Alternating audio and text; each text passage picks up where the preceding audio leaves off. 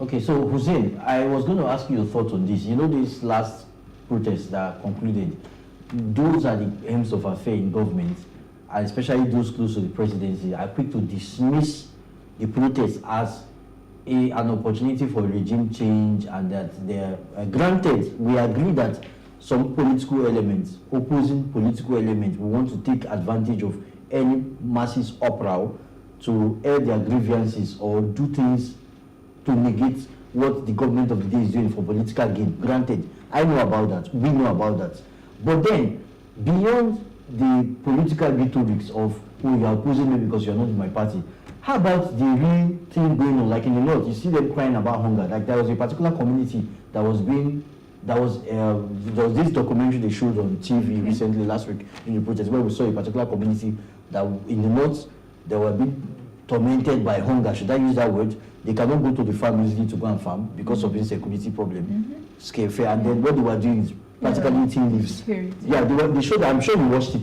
You watched it on news, yeah. And then people are crying hungry, a big power, right? We are hungry, and people are talking about we cannot send our children to school. Like father will refer to that has a son that is so good with programming, but he couldn't afford data, just common data, to buy for his son so that the son can learn more. So these things now, how can we encourage government to use feedback from the masses as a way, as a strategy for effective governance and delivering good governance? Hussein, please. Before I go to there. So you mentioned the aspect of Paul Kagame and having a conversation with Congo and what have you. So I was opportune in 2019 to attend Youth Connect Africa, hosted by Paul Kagame in Rwanda, Kigali. And then if you look at what he is passionate about, he's passionate about the people and what would benefit the people. And he ensured that things that would distract the people, like the religious sentiment, are put aside, because he shut down over 6,000 churches and mosques in Rwanda to ensure that all those kind of religious belief sentiments are put aside. And part of what he said was to say, number one, we are exporting our talents. We should develop our talent in-house, manage our data, and help us develop our data. And if you recall, if you check vividly, Kigali or Rwanda precisely is a land-bridge area. They don't have a river. And one of the strategic ways to bring in things into the country, we have Tanzania that is close to them. They use Tanzania ports, and they also use Congo ports, seaports, as a means to bring in goods and services that they cannot produce into their country. And of course, the overall issue that is affecting Congo and Republic of Congo will definitely affect the seaport activities that his country needs. So why am I bringing this reference? He is trying to create a peace so that it's things that they need to benefit in an handshake with those countries, their people will be able to benefit from it. That is someone having people ask. Yeah. Now, the contrary is what we have in Nigeria, where we have people who only do for power, not the people. And the crazy thing about this is the political system that gets them into the office. If we don't change that, we are into a big mess, right? One, Nigerian politicians believe that they spend money to get to the office. Now, what they're doing is pure business. I need numbers. I pay you to get those numbers. If our election, some people will argue out that our elections do not count. But it does count, because if it doesn't count, you won't see them paying for people to go and vote. That means it actually counts. So once they pay, they've spent billions of naira to get to the office. Now, don't forget the fact that this billion they spend, there are somebody bankrolling them. And those are people that is categorized as cabal. Now, these people will come for their money at their own time, at their own rate, at their own convenience. So once they get to the office, they are done doing business with the people. They are focusing on how to repay those protests, because people need to, best out and see their to show their preferences, and probably the government will listen. But unfortunately, we are in such a mess that I can see news flying around that the government is even saying they are after the people who organize the protests. And not a single demand from the protests is being addressed. We still have another campaign promises that we'll be having for over 1 year. And it is evidence that people are hungry. This is the very first time you see a protest where people do not mind the religion settings, people do not mind the tribal settings, because it's a common factor that is affecting both the poor and the rich and the middle class precisely. You know, we have some extremely rich people who do not see it as a means. You know, they don't see that as an issue because they really have a means. One of the ministers, I was watching the Chinese TV interview. One of the ministers was saying people protest, the madness court protest. That is uncalled for. People are actually angry. People are actually hungry. People are actually feeling it. And you are calling it a madness. Yeah, there is no protest. We can see it in the United Kingdom, the protests that break out. There is no protest that is going to be entirely peaceful. We can see it in other developed nations. And the only thing is for us to find a way as much as possible to punish the people who go against what is expected, because people will definitely take advantage of it. A lot of bureaucracy will come, a lot of probably uh, a lot of stories will come of so person sponsored, this one sponsored, this one sponsored. But the reality is, we are all feeling it. Price of goods are expensive. Transport is expensive. The fuel is not there. A lot of questions are there to be answered, and we don't have a single response from the government. It's so bad, you know. I don't know how we're going to get back, but I think Thank you very we much. should use our power. What We can actually agree now that as much as it's important for us to have whatever things we want to achieve good governance, it's important and imperative that the government should, as much as possible, listen to the cry of the masses. Yeah, and that's why beyond political rhetorics, so that they could deliver good governance precisely effectively and sustainable governance. Yeah. So up next is Hussein from Abuja. Stay with us.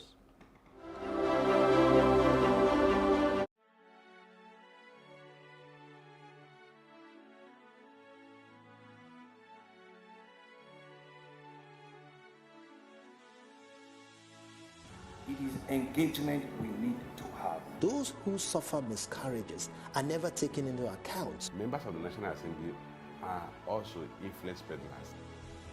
You are sitting on Nigerians' money. From the Babin, I pay my rent.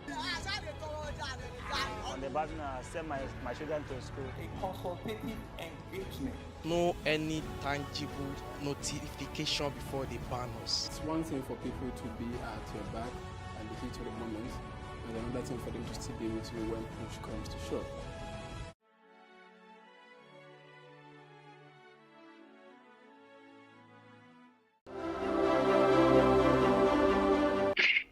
the adversity of mediocrity and selfishness.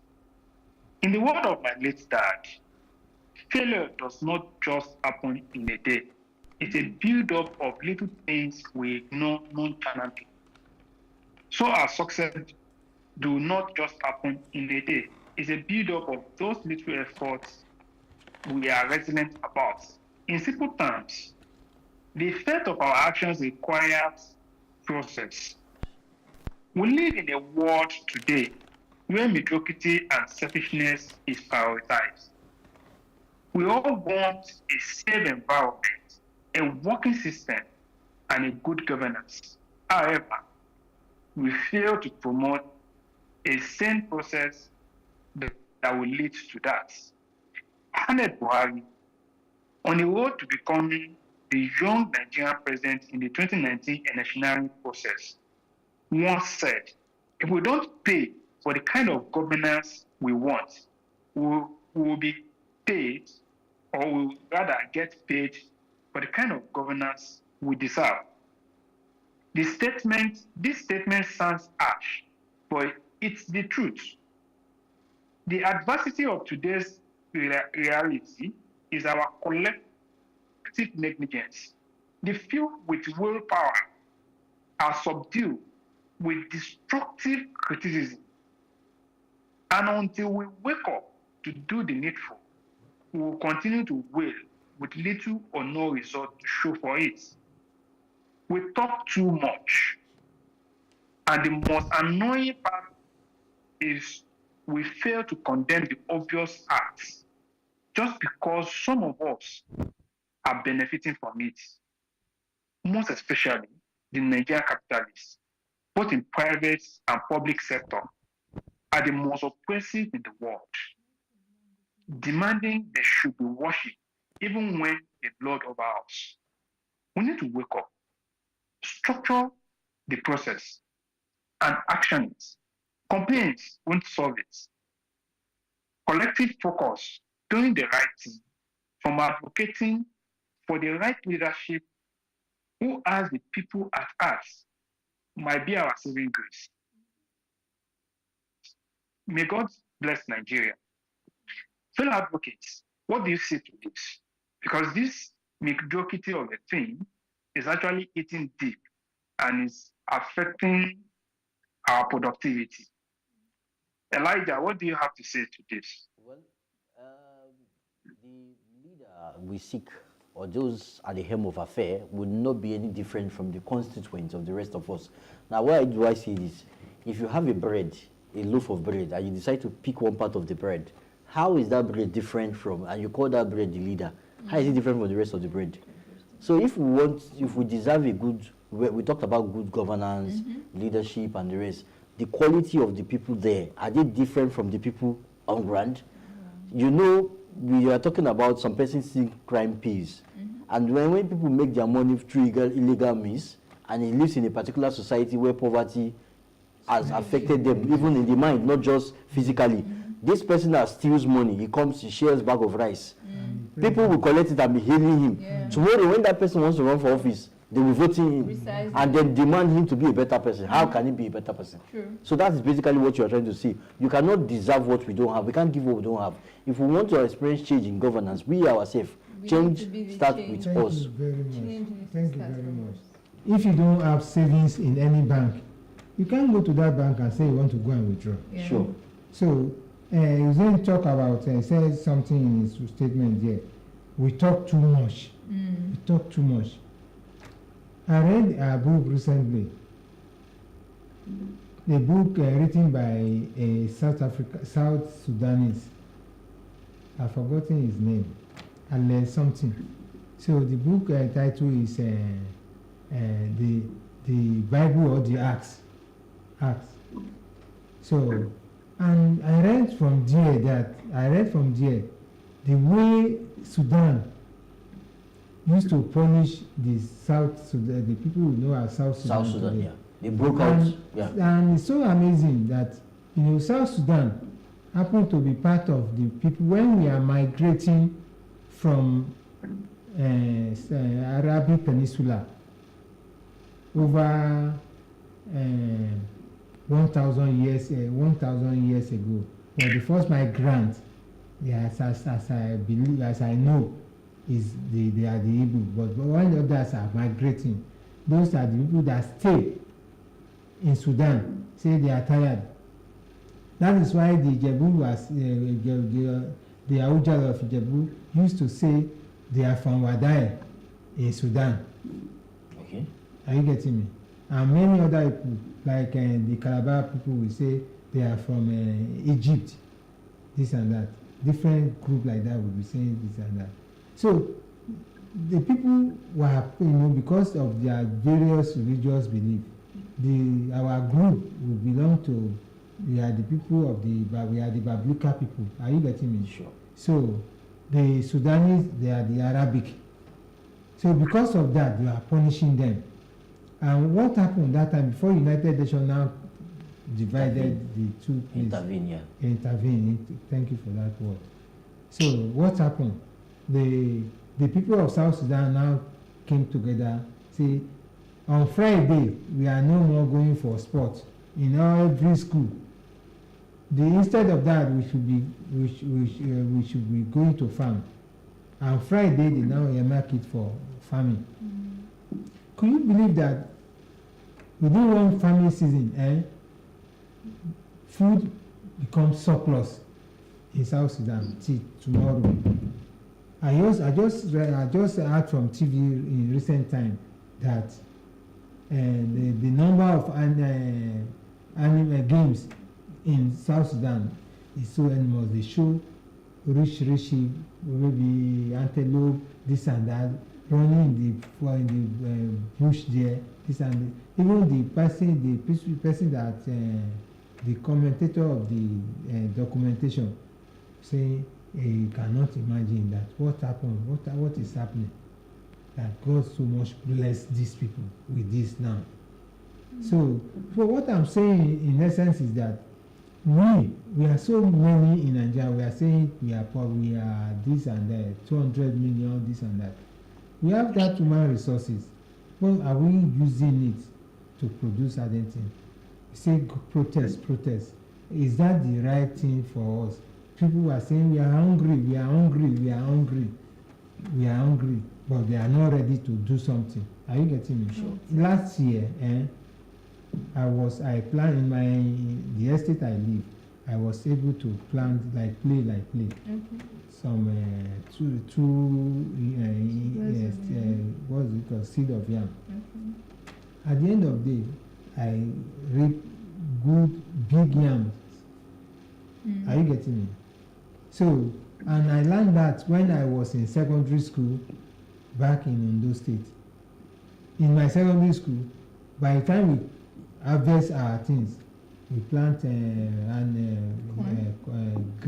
grains generally, corn, yam, this and that, and we have animal husbandry too. So at the end of the day, you know what we do? We go to radio station to go and advertise. Here, people of the town come and buy things from our secondary school. Wow. Do we still have that again? Everybody is running after white collar job. Do we still have that again? I believe we should look at that area critically. Are you getting me? We should look at that area. I visited a place in Delta State in the recent past. What happened? I saw a guy there. The guy was doing farming. At the same time, he's a teacher in a school. The guy was telling me that he doesn't use his salary to buy things at home. That he only buy meat because it's not rearing animal. But talking of other grain, he has everything. So he only buy meat and palm oil. So, and I know so many guys. Hussein wants to say something. Hussein, so basically, yes, I wanted to come in. Yes, quickly. I would actually like to come in, and just before I lose my line of thought, right? So I'll give you an example, an illustration. The federal government announced support for farm inputs just to support to pushing the effect of hunger in the land. So they announced over 100 billion naira worth of fertilizer that will be distributed to the farmers, of which there are people that are contracted. And I can tell you that some states received those fertilizer. And unfortunately, I am privy to some inputs, specifically like the rice farming, which are expected to give an input worth 190,000 naira.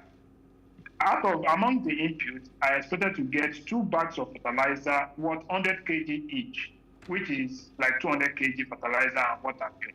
Now, I tell you that in a particular local government that I'm privy to, this fertilizer was taken from the Ministry of Agri to the local government for the farmers. But I will tell you what happened. Out of the list of maybe 100 farmers that are expected to get this fertilizer, the genuine farmers are just less than 5. They distributed it to these guys and took the remaining and took it back to the state capital and sold those inputs for 41,000 naira. Now, this input, they are expected to bring it back and give it, they are expected to return back half paddy of rice as maybe a national saving. So that in the course of this adversity, you see that they say they are distributing rice, they are distributing grains and what have you. These are the grains that the government is expected to give back to the people. But now, we have over 95% of the inputs returned back and sold to private sectors. How do you think we are going to, these are the mediocrity we have. we are talking about. So it is not And just yet, about and yet too, to add these to are your train of thought. there are willpower. There are willpower of people who wants to work.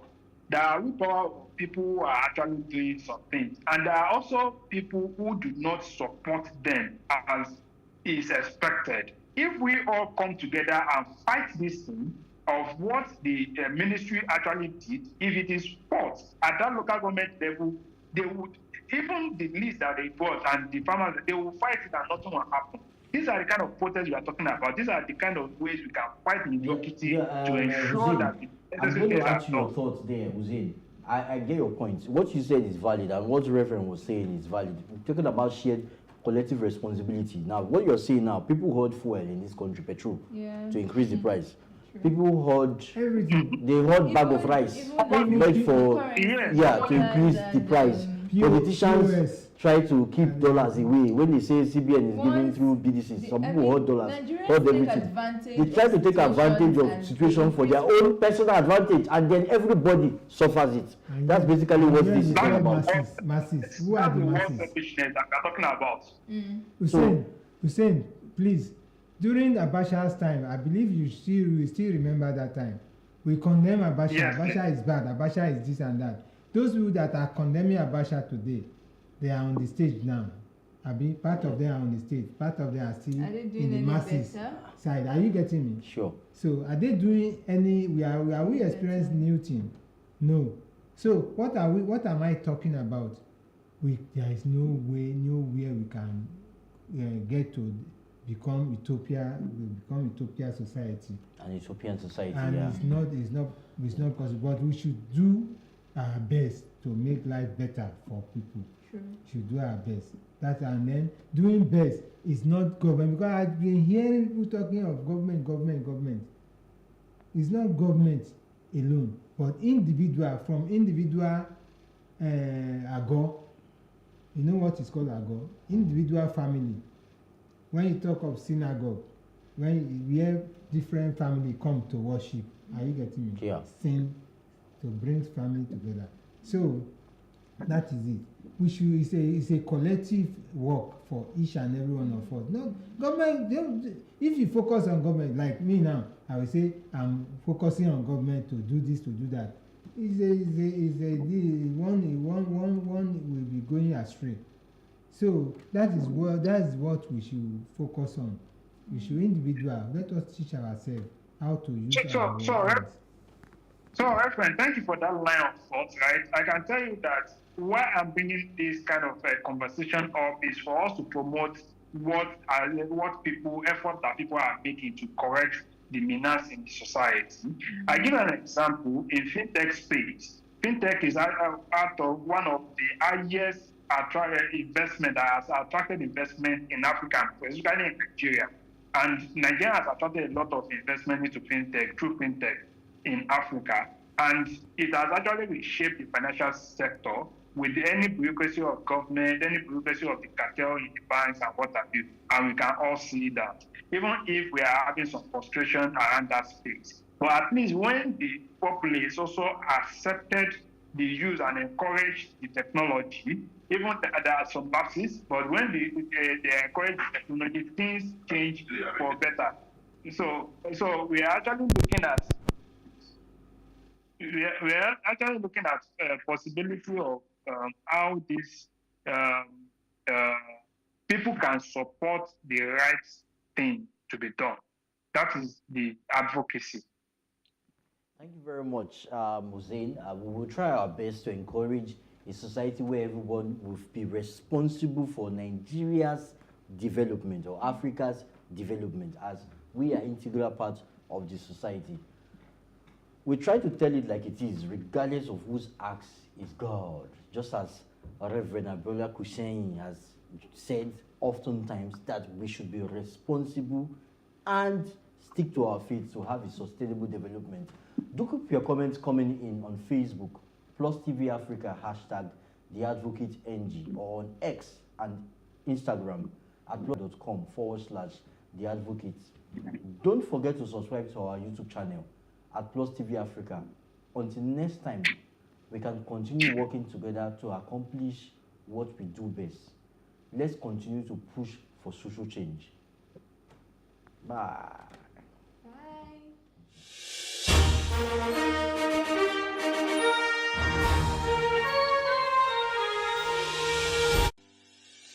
Increase the reach of your events or business services.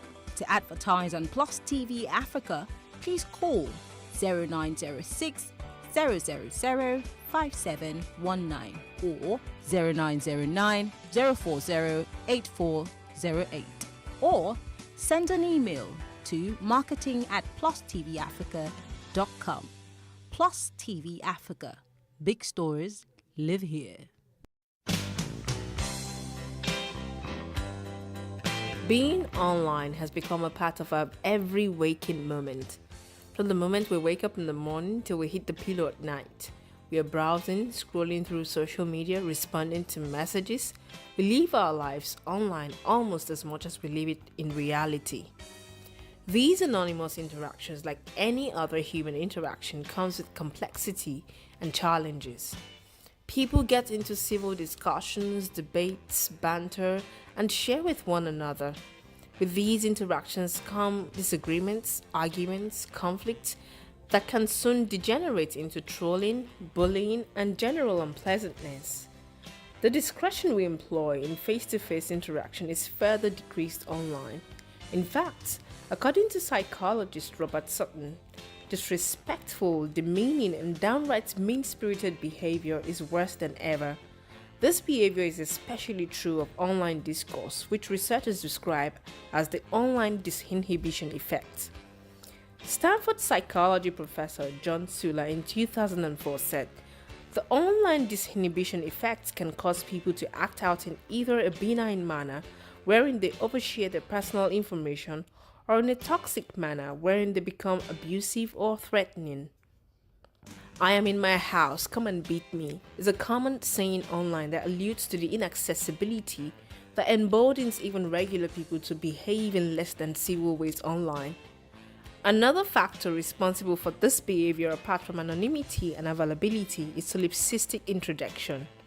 A situation, according to Dr. Sula, where you don't have any physical cues associated with the person you're communicating with, and other person becomes just a voice in your head. As such, the people in your online conversations merely become characters in your imagination, formed by your own personal history and expectations. You might also hear his or her voice as your own, which makes you feel more comfortable with the other person and further lowers your inhibitions. As we have rules that guide our interactions in real life, unspoken rules need to be developed for our online interactions. Social media etiquette, or social mannerism simply put, means do's and don'ts for social media interactions. These etiquettes are also referred to as netiquettes. The term netiquette refers to all aspects of online communication, including email, instant messaging, social media, multiplayer gaming, and other forms of online communication. The main goal behind netiquette or mannerisms on social media is to treat others with respect and take care of intellectual property rights and associated implications. Personal information, images, or videos of anyone should not be shared without consent or mentioning credits where due. Except we seek to change such behaviors, it will pervade. Here are some social media netiquettes. When sending a DM, be polite and go straight to the point. When responding to posts, even if you disagree, be careful not to use condescending and insultive words. Take a 5-minute pause before you post any comments. Don't comment on topics that people tend to be passionate about. Don't respond to insults or hateful language. Don't say to people online what you won't have the audacity to say to them in person. Avoid excessive tagging of people. Ask before tagging people. Although it may seem inoffensive, tagging a friend or acquaintance on social media without their permission could in many ways cause problems for that person. Good social media etiquette means you should always request for permission before tagging anyone. Post only flattering pictures of other people. Apply the billboard test. Assume that everyone in the world can and will see everything you post. So if it's not billboard worthy, don't post it. Give credit where it's due. Don't post other people's photos or quotes without clear attribution. This means no screen grabs even if you have the best intentions. Instead, use a repost app to properly credit others for your own content. Think of the future you. Your taste will change as will your sense of humor, but your photos will live on forever. Use caution when posting. Don't take screenshots of other people's private moments that they shared with you in confidence. Censor yourself. You might treat your Facebook or Twitter accounts as diaries. Don't share everything with your readers. Some things are meant to be kept private.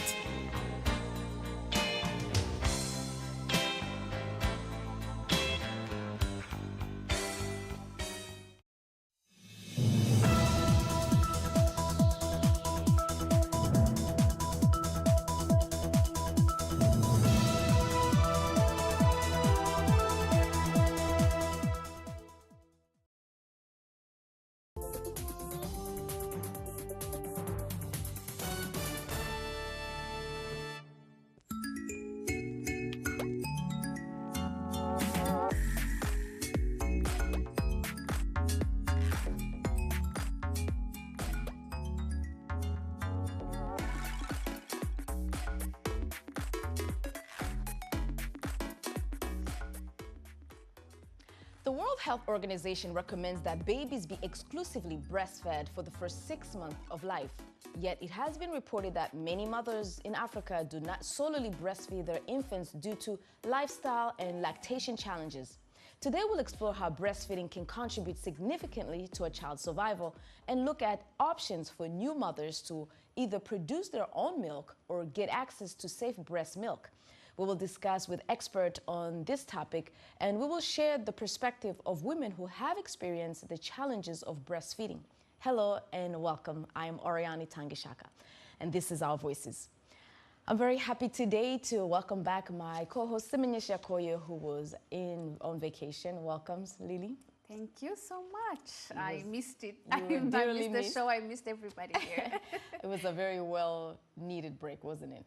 Very much needed. Yeah. It was about time that I reconnect with family, you know, with the air in Africa. So it was a very beautiful trip, and hopefully I'll be sharing, you know, my experiences throughout the different shows. Yes, Ethiopia and Rwanda. Ethiopia and Rwanda. Very yes. nice. Yes. Well, about today's topic, what do you think about breastfeeding? What is your opinion? Oh my God, I always say that breastfeeding is the most beautiful experience that exists in nature in general. You know, being a woman and being able to feed your baby just with your body and be, you know, a source of nutrition, a source of comfort, you know, exclusively for 6 months, it's just magical. Yeah, it and definitely is. It is beautiful, it's magical, and I also love that connection, you know, when you are breastfeeding, when he looks up at you, that eye connection and that bond you create through the process. You fed your son, right? You breastfed your son. I did for 5 months. Okay. You know, Same in the beginning I had a good supply, but later, you know, it was decreasing, and I had that feeling like I was letting down my baby. Oh yes, girl. You know, I had 3 boys, and I was fortunate enough to also breastfeed them. But just like you said, I breastfeed them between 5 to 6 months. I thought it would go at least a year, but when it started sort of drying out after 5 months to 6 months, I felt so bad. I was like, wait a minute, like, should I drink more water? Should I drink more gikoma? You know, drink a porridge. All back the traditional drinks my mom I did all used the to make. cookies, I did all the teas, and then I felt bad. I felt like, you know what, I should be doing more. I should get more milk. But one thing I heard is that boys do drink a lot. So maybe even what I had, that's the reason. I had frozen some milk in the freezer, but it ran out. That way we know that breastfeeding, as beautiful as it is, it's also challenging. Oh, you know, I know mothers who cry because they were not able to breastfeed. I mean, which is okay. I mean, you can always give the supplements, and that's also fine. But you know, that guilt, that feeling you get as a mother because you don't breastfeed. But even when you are breastfeeding, waking up every 2 hours, pumping, you know, it's very exhausting. Yes. And you are giving a lot to your baby, and you need to take care of yourself at the same time, and we mostly don't. A community of breastfeeding women in Uganda is giving hope to mothers struggling to feed their newborn babies and keep them alive. However, with a growing demand for breast milk, the community members are finding it hard to recruit more breastfeeding mothers willing to donate their own milk to new mothers who find it hard to produce enough milk for their newborns. Halima Athumani and Mukasa Francis have this report from Uganda, capital city, Kampala.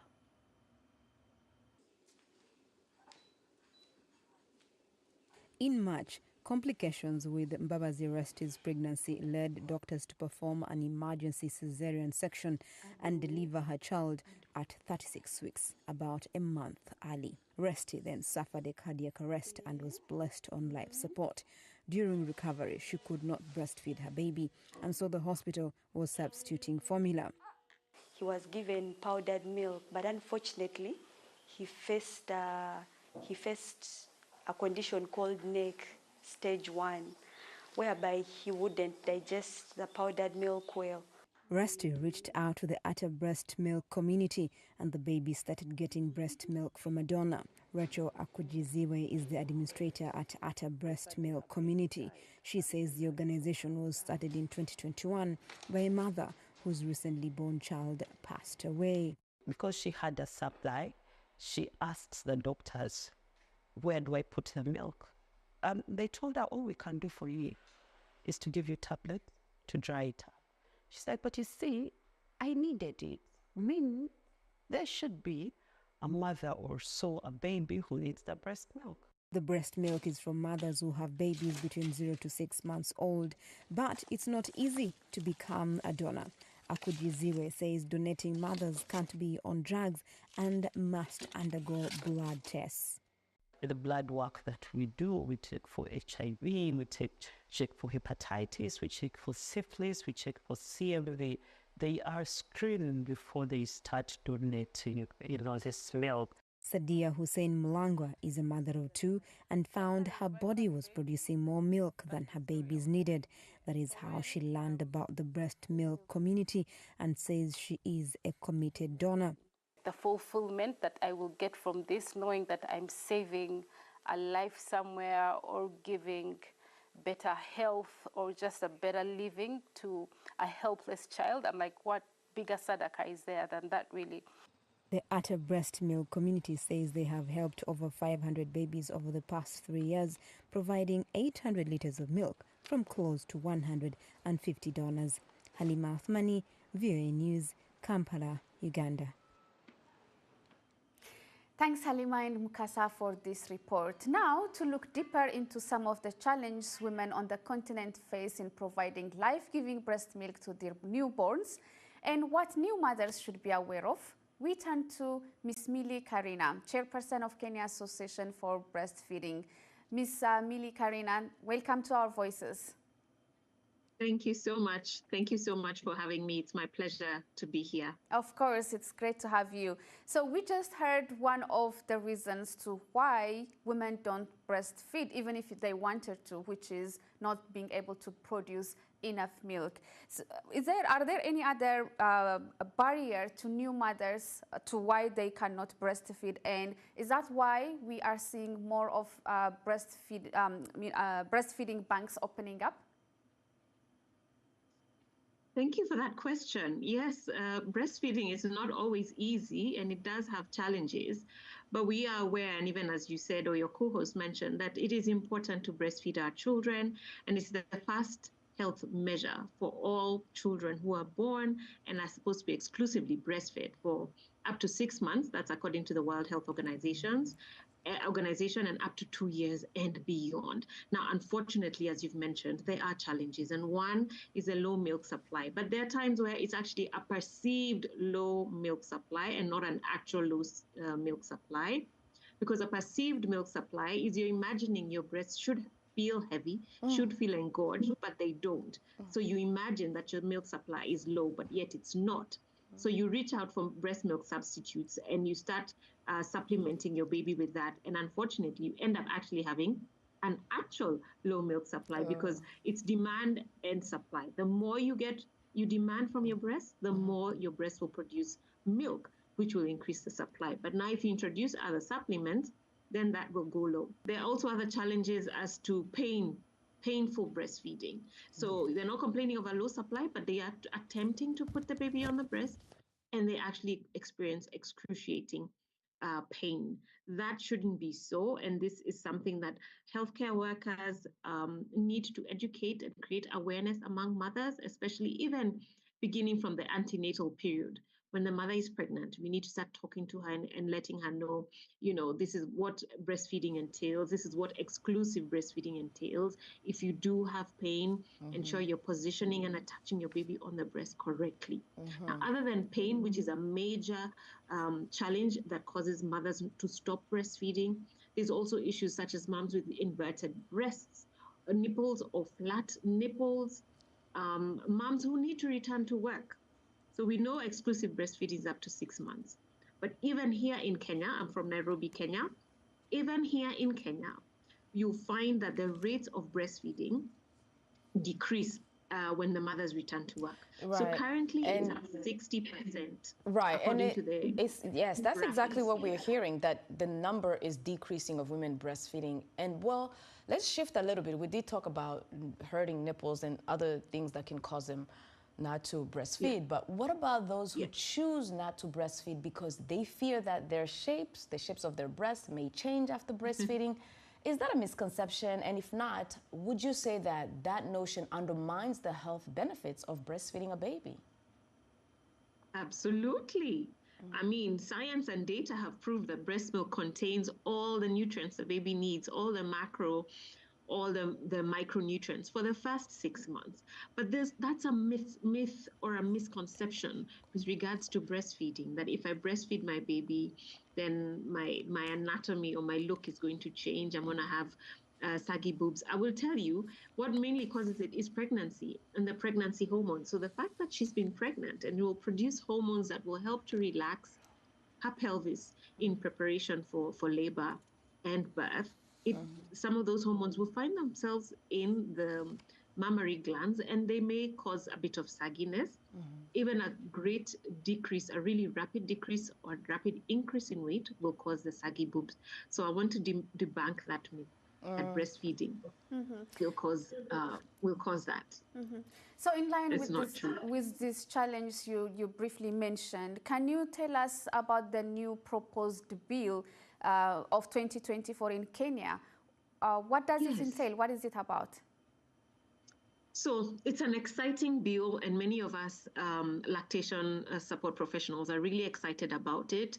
And it's a breastfeeding mothers bill that's been proposed that aims to protect and support breastfeeding by providing a legal framework for mothers who wish to breastfeed their babies in the workplace or wish to express their breast milk in the workplace. So it ensures that these mothers, what it states that they should not experience any discrimination just in accessing, opportunities of employment. These mothers should not be suffering in terms of being able to want to breastfeed their babies while at work. It is possible and it should be allowed, and all workplaces need to provide spaces that are comfortable, that are private, not a store, not the bathroom, where mothers can be able to sit and actually express their breast milk or breastfeed their babies.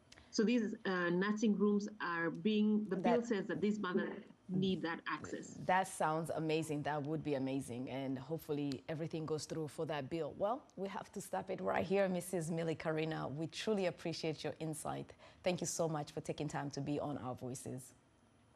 Okay, you're welcome. Thank you for having me. It's now time for a short break. When we return, we'll hear about some of the breastfeeding support systems in places like Nairobi. We ask you to share your thoughts on this topic on our social media platforms at VOA Africa. We are on Facebook, Instagram, and X, formerly known as Twitter. Use the hashtag VOA Our Voices. Stay with us. We'll be right back.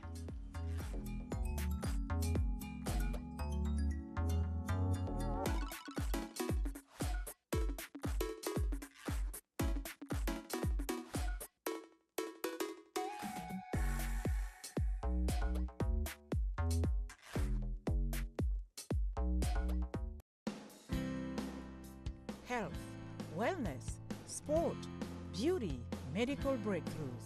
Healthy Living cares about your well-being. What are the main health concerns in Africa and around the world? Find out the latest on coronavirus. Connect with our experts and ask them questions. How long does the virus stay? Join me, Linor Moudou, in Washington every week on Healthy Living, right here on VOA.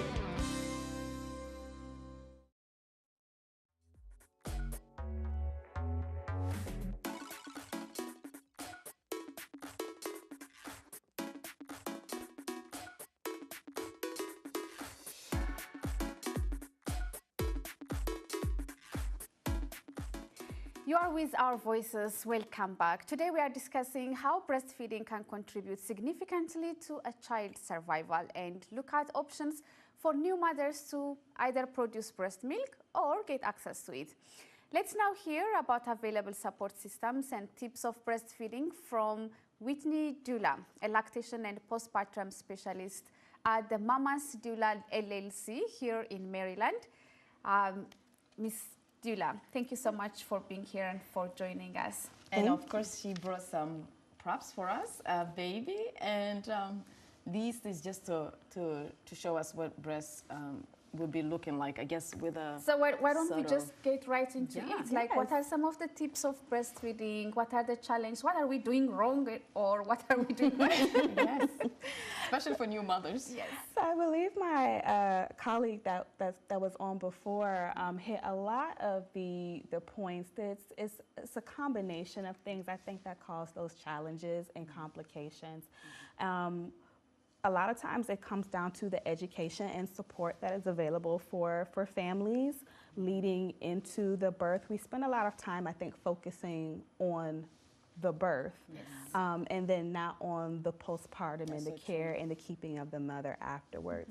And unfortunately, like as we're here in the United States, and I'm sure we see these things happening in Africa and other places as well, Asia, and as we get more industrialized, as more families are going back to work, as more families have probably had generational use of formula, that connection and that innate understanding of how to breastfeed has gotten a little lost in translation. Whitney, before we hear tips on breastfeeding, let's hear what some women on the streets of Nairobi and Abuja think about responsibilities of mother breastfeeding and how long they think should be done.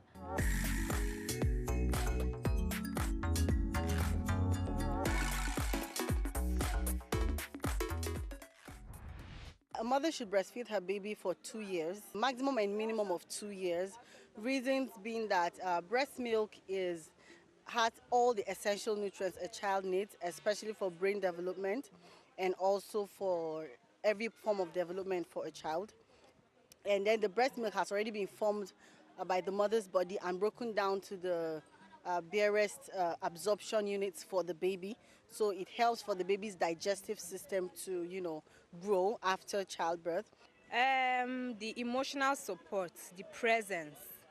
The father should always be there when he can, actually. And if he cannot be, let them have an understanding. Let the wife understand that he doesn't have the means to be there, but he should always be supportive in any way he can. It's not just by providing the financial and other needs, like giving her things, but you're not there, but you should always be there. I think a child should be breastfed between 6 months to 1 year. And I think because that is very good for their brain development, and also that bond between mother and child, that's a very good period. But yeah, even longer, better, but ideally 6 to 1 year.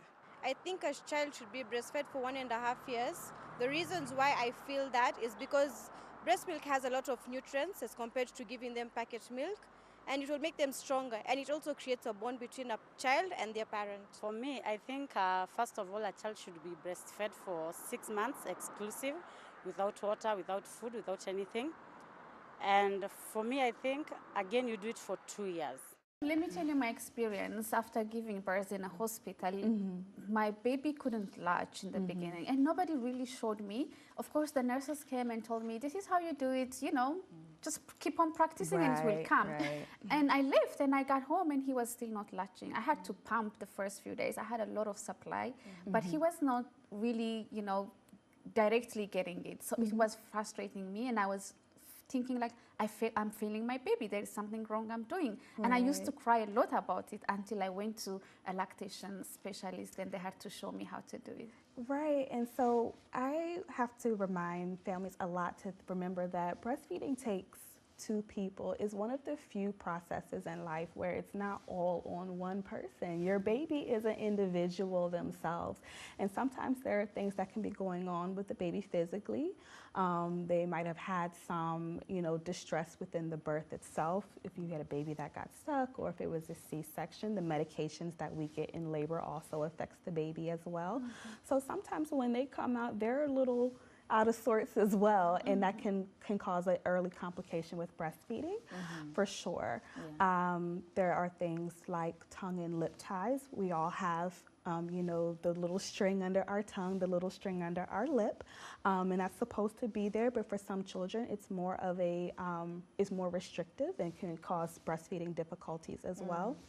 And then there can also be actual physical and developmental differences between what is expected normal anatomy and what the child might actually have, and that can also affect breastfeeding. I really appreciate you saying that it takes two people, me and the baby. So it's not just me. It is not just you. Sometimes it is the baby. That's why we need people like Now, the way you're holding, just briefly show us just one of the tips of how you should be holding your baby in terms of the baby looking at you, the baby feeling comfortable. Show us briefly with the baby that you have in your hands, how you would do it as a new mother. So we're going to pretend this is a newborn baby. This is one of our demo babies, and she is weighted, as you Yeah, learned. it's very heavy baby. She's a heavy baby, so this would be about the size of maybe about a month-old baby. Okay. And one of the things is thinking about how we operate when we're eating and drinking.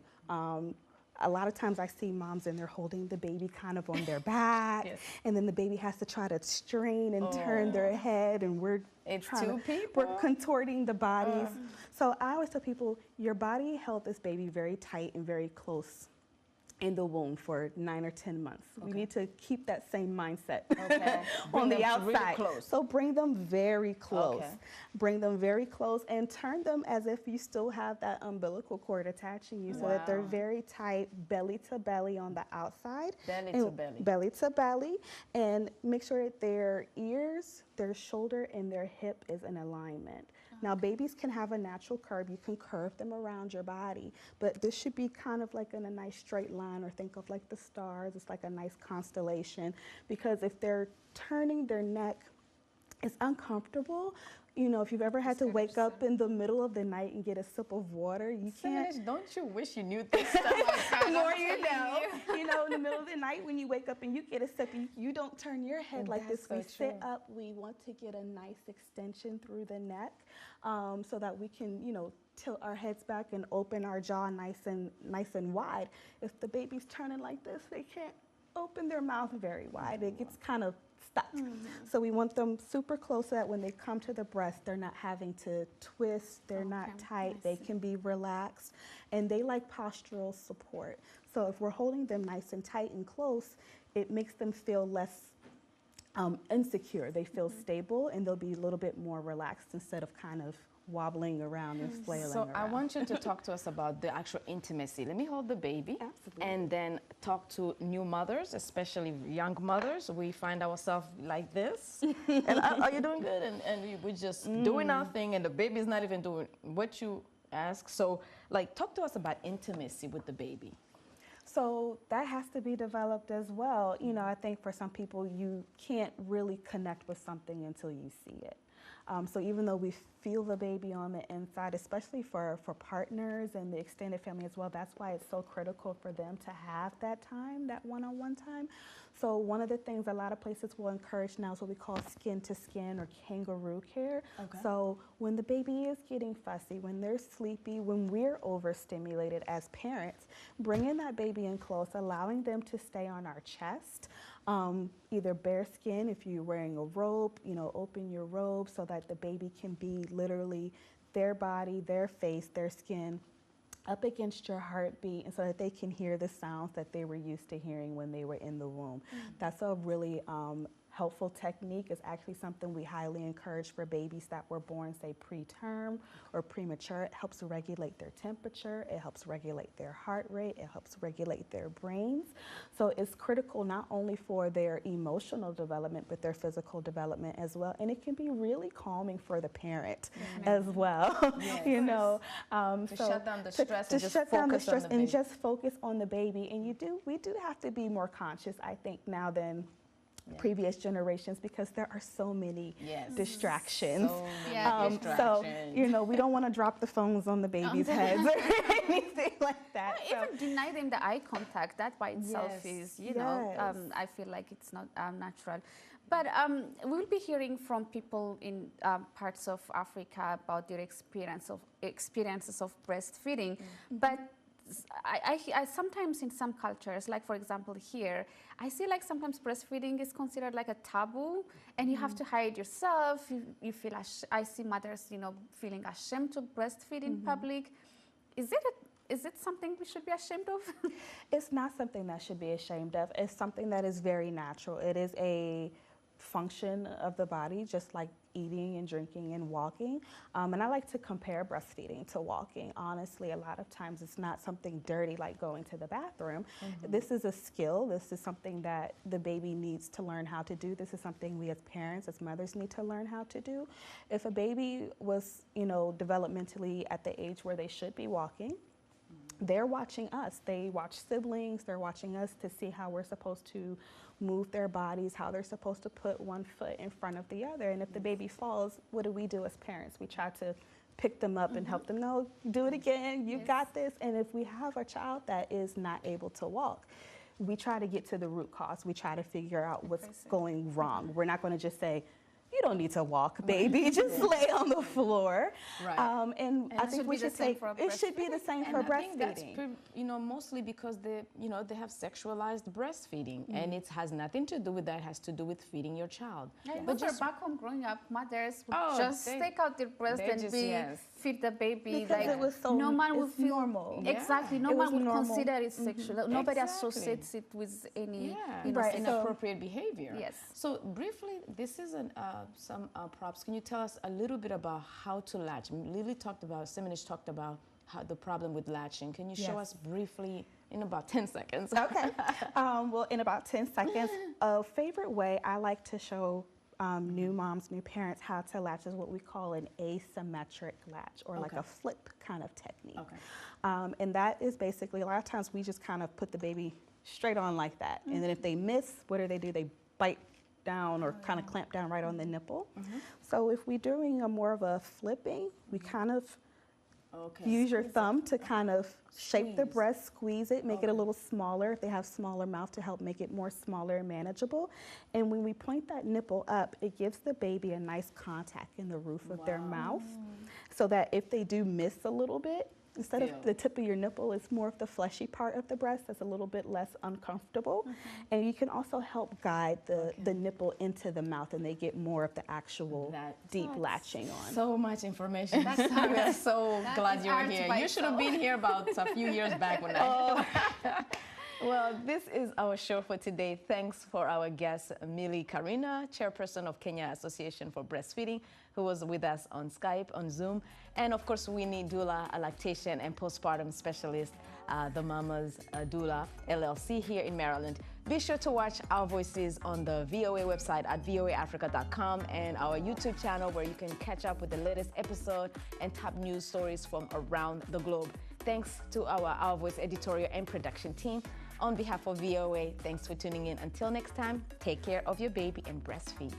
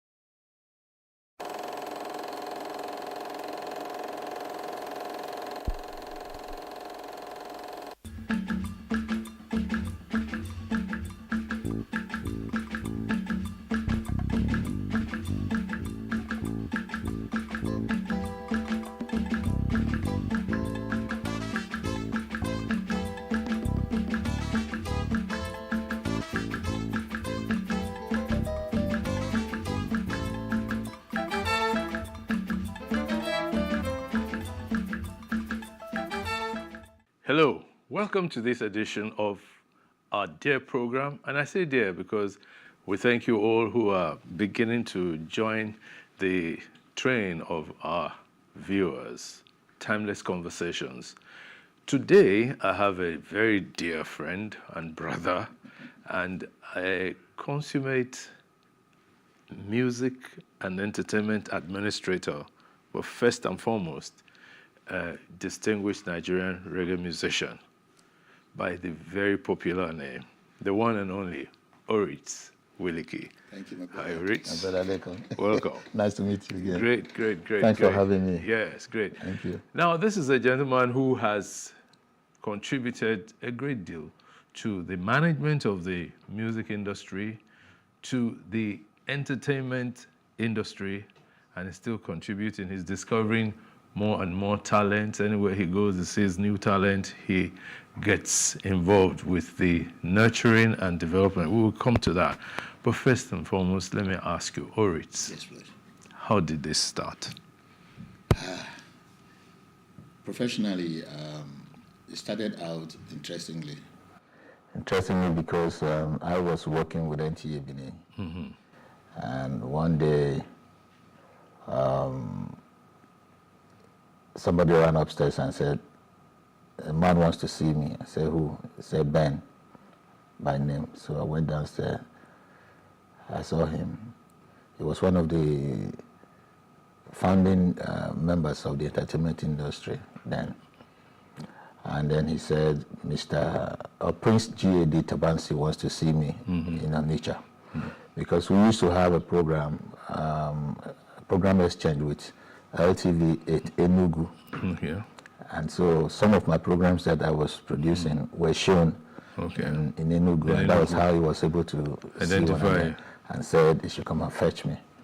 So I actually went with him, went to see Prince G.D. Tabansi, and he told me he's been following my program, and he wants me to come and handle the video session of his recording studio. Then Tabansi used to be called the Mecca of body It was the Mecca. So everything was happening down there in the east. Yes. And so some of the equipment came pretty late. And so when they were building, I was seeing myself as, what am I then doing every day? I started going to the studio downstairs. There I met late Jake Solo. Jake Solo, yes. With some other foreign engineers, Tom and Leah Aaron. Who were one Jamaican and one British. So I started working with them, studying the rudiment of sound recording. And then from there, the studio was ready. So I was in charge of the video session as well as the A&R department. So I approve any artist that is supposed to be recorded. So I was doing that until late Joe Solo decided to say he wants to go and make his own studio. So I moved with him. You did? Yes. So we now had Jake Solo Productions. Yes. Having myself, himself, and Roy Obika. Roy Obika, I remember Roy Obika, yes. In Onitsha. Yes. So we ran that until Jake Solo died. And when Jake Solo died, I was still in there, opened up my own small studio called Zion Lake, recording studio. And then Lemmy Jackson was coming to the east to do his production as well. And he said, oh boy, why not move to Lagos? Lagos is where it should be happening now because Decca is back, Funodis is back. Yes. So he wants us to work together. And Tabansi also had that presence on Oregon Road. In Lagos, yes. Yeah. But then the studio were in the studio was in Onitsha, okay. And so I came to Lagos, working with Lemmy Jackson under Lemmy Jackson Music. Music, yes. So we're working together, and then there is hardly any artist of note, in this country that was released between 80 and the late 90 that I was not part of. Yes. From Majek Fashek, you see that I did the percussions. Yeah. To Ras Kimono, I did the horns. To a lot of them, Peter Otong, Iso Black, Alex O, the list is endless. So yes. they've all had a bit of me. Yeah. And so in 1989, I said, okay, let the doctor or the native doctor also hear himself. So that was physician, exactly. heal thyself. Yes. So that happened to be my first recording, Yeah. which was Tribulation in 1989. Yeah. So that's where since then is. And that was a super hit. So since then, we've been out there doing the best we can. But that transition took some time. Yes, yes. Actually. Why? Yes, because I knew where I was going. Okay. And there was no need to rush because I wanted a situation where I can define my sound. I can define my sound because when you can play instruments, you'll be able to interpret what is inside of you far better than any producer in this world. Yeah. So, but when you cannot, you give an idea to the producer, he is going to also interpret it the best way he thinks. Or get a musician or an instrumentalist exactly, who can interpret it, interpret it. Yeah. But none of them may be able to interpret it exactly what is in your head. Yeah, except the very exceptional session men. People. Yeah. So if, for example, I play guitar and I have a song I have written in guitar expression, so if I put it down, then others will be able to follow up. Okay. And the direction will remain same. And that is why if you play Majek Fashek, you will see that it's far different from Ras Kimono. Yeah, it is. If you play Ras Kimono and you play Orisuliki, you see that it's quite different from each other. Yet, it's reggae music. But then, how many instruments do you play? I play almost all. You haven't answered my question. Really? How many do you play? I play the bass guitar. Okay. I play the drum is my major. All right. I play the guitar itself. Yes. I play a little bit of keyboards. Keyboards. I dare the horns sometimes. You dare the horns. I like that. That's some challenging instrument. Yes, very. Yes. Then I play miscellaneous percussions as well. Okay, please explain miscellaneous percussion. Miscellaneous percussion, shekere, kabasa, agogo, shaker, tambourine. You know, these are all spices that make music interesting. So food is nothing without spices. Exactly. Now. And so when you put a song down, so to curry it to a more appetizing sound, the percussionist will have to sit down and say, okay, there's an opening here, I can drop my triangles here. There's an opening here, I can drop my kabasa here. I can drop an ogene here. I can drop side stick here. Right. And so, by the time you hear the uniqueness of all these spaces that are available in the song, it becomes so interesting and full. And so, something is sweet in the music, you cannot tell why it is sweet. So, it is the combination of all these percussions put together to sweeten the music that you have recorded. Okay, let me recall something you just said. You said a while back now. You said if you had an idea of a sound in your head and you cannot play the the instrument, you can never really have the full expression. Exactly, you can't.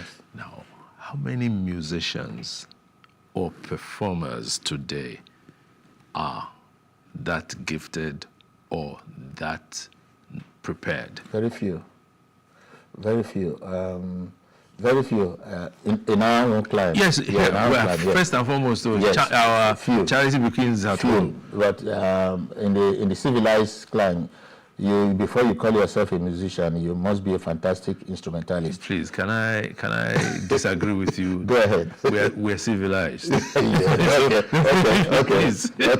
Okay. So down there, sometimes you start from as early as age 5, with a beautiful keyboard in your sitting room that your father, your mother will just buy for a birthday for you. Yeah. And so banging on those keyboard at age 5, before you are 11, you're already playing fantastic, keyboard notes. But then, it's not everybody who has that kind of background. What can the industry do? Okay. I think most of our youth too are lazy this time because everybody is in a hurry to be a Davido or a Wizkid because they do not understand why I can sing. I can sing. Give me any beat. Create beat for me now. A flow. And so you think that is what musicianship is all about. No, it's not. They are what we call songs that are inspirationally, written down. So such song will outlive you. Yeah. They are what we call jam songs. As I come into the studio now, I just hear one beat. I say, oh, well, play that beat again. I just flow on it. Those are mechanical songs. They are not real song that is inspired. I can write a song for 3 months. Yeah. One song. I can write a song for 4 months. I can write a song for 6 months. Yeah. I can write a song for a year because the melody might come to me. I put down the melody without the words. And you think I have forgotten. One day, that melody is going to bring its own unique message. Yeah. And so you might have a verse written, verse 1 written, or the intro written. Yeah. You don't have the verse message yet. You leave it. A time will come when the message will come, and you drop it down. You might write the 3 verses in a week. Yeah. And then when you hear this kind of song, they will outlive you. Because you are inspired to write. Yes. Not because I just want to jam a song, you understand? Songs I wrote 30-something years ago. Yes. Like Tribulation, for example. Sometimes even me when I listen to it, it's like I'm talking about today. Yes. Very prophetic, and I begin to wonder, so when we thought we were suffering 35 years ago, we were actually enjoying. In fact, that triggered something. Fela wrote Shuffling and Smiling. Smiling. You understand? Way back. Way back. Now, so look at the real suffering now. Bread in Kokolo Ibi. Bread has gone to Kokolo level now. So now, I grew up in this country where Omo was sold for 15 kobo. Yes, now. 15 kobo. And so when I tell my child that I bought my first car, a Beetle car, for 3,700 naira, brand new. You can't buy the tire now. My children will be laughing, Daddy. So, no, that's what I used to say to my father when he said he was earning 4 pence. Yes. As salary. Yes. You understand? So you need to wonder what the world is all about. So when we thought we were suffering at the time, we were actually enjoying. Yeah. Because the suffering was far ahead of us. Yeah, but all that was captured in well-written songs. Exactly. So, but let's go to instrumentals. Yeah. Right. Those instrumentalists, the session men, they are real professionals. They are the real gods. You understand me? Exactly. So now, it's not every performer that should be an instrumentalist. That's correct. Now, but we can't therefore conclude that today's youth are lazy. Yeah, let me explain why I say so. Even we can say they're in a hurry. Even in music, the voice is regarded as an instrument. Yes, it is. It's regarded as an instrument. Yes. So what I'm trying to say is that just having that voice is not alone, because if you have that voice, you do not understand, a musical instrument to interpret that voice. Okay. If you get 3 keyboardists together and said, hey, listen to this song, please back me up. 3 of them are going to express the song differently. Yes. You understand what I'm saying? So 3 of them may not even satisfy what, you know that something is still missing. Because they've not been able to actually, position you in that melody that is in your head. You understand? So that's what I try to mean by when you can interpret yourself, through an instrument, you make a lot of job easier for all the other session musicians. It's advantageous for the performer to also know how to play one instrument or the other. Very important. It's advantageous. Very important. Now, In the music industry today in Nigeria, we'll come back to you because you are the real thing, but we'll keep going back and forth between your administration, your administrative efforts, right, and your performers' effort. Now, but talking of the music industry in Nigeria today, there is this idea that musicians can be better catered for than they are. You are currently the chairman or president of chairman of MCSN. That's right. And you had been in the trenches for long. That's correct. We were there. You know. I was one of those. I was one of those who you came to. Look, you have to do this. I am not part of your fight. Face your fight. But both of you are well-known people to me. Right. Therefore, let's go with one. If you are now the approved one, we'll go with you. That's right. Okay, at least we were able to make sure that some money was coming out. However, today, you have won the battle, and the musicians look up to you. The industry depends on you. How are you doing with the issue of royalty for musicians first? The battle is not over. Yeah. I will say that we are one step ahead. Okay. One step ahead, first of all, getting the approval or the endorsement of the regulatory body, which is what we had been fighting for. Our fight was misconstrued by a lot of people. Our fight was simply that let us not have one single one for the entire nation, because Nigeria is too big. And that will provide a choice for people. Assuming I do not like the way my songs were managed, you know, in a particular society, I should have another to fall back to. That was our message. But they felt otherwise. They said, you know, it's got to be one. And we said no. If we are signatories to the Bern, Rome, and Convention and WIPO Convention, then we should behave like the other civilized countries. Because you like that word, civilized, because the advanced countries. Advanced country, okay. So you have countries like America, where you have not less than 6 or 8 agencies, you know, doing royalty collections. Yes. You know, but down here we said we have to fight to have more than one, and we succeeded. That is the one step ahead. One step. The other step now is that the users have become so used to using free music over the years that it's difficult for them to bring out money to pay for the music that they use. On a commercial level? On a commercial, yes, on a commercial level, actually. Because when you do want to open a radio station, for example, while you are thinking for money to buy the diesel, or your utilities and other overheads. Yes, so you should also make provision for the music you are going to use, because they are all raw materials for you. Yeah. So the musician cannot be the one who will bear the pains of you using the free music, and then they come asking for their money. I say, do you know what I spend as overhead costs? I paid 1 million naira for video, for diesel.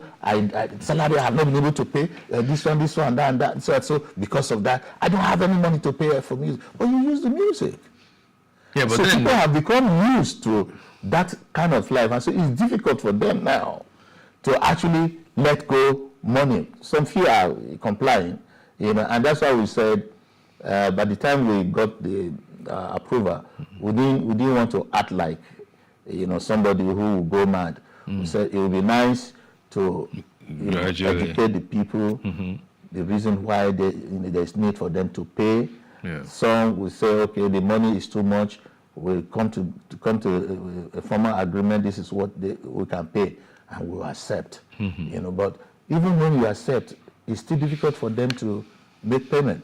I am looking forward to a time where we earn our musicians get their checks every quarterly, like it is done in advanced country. Yeah. So what do I give to my musicians when you have refused to pay?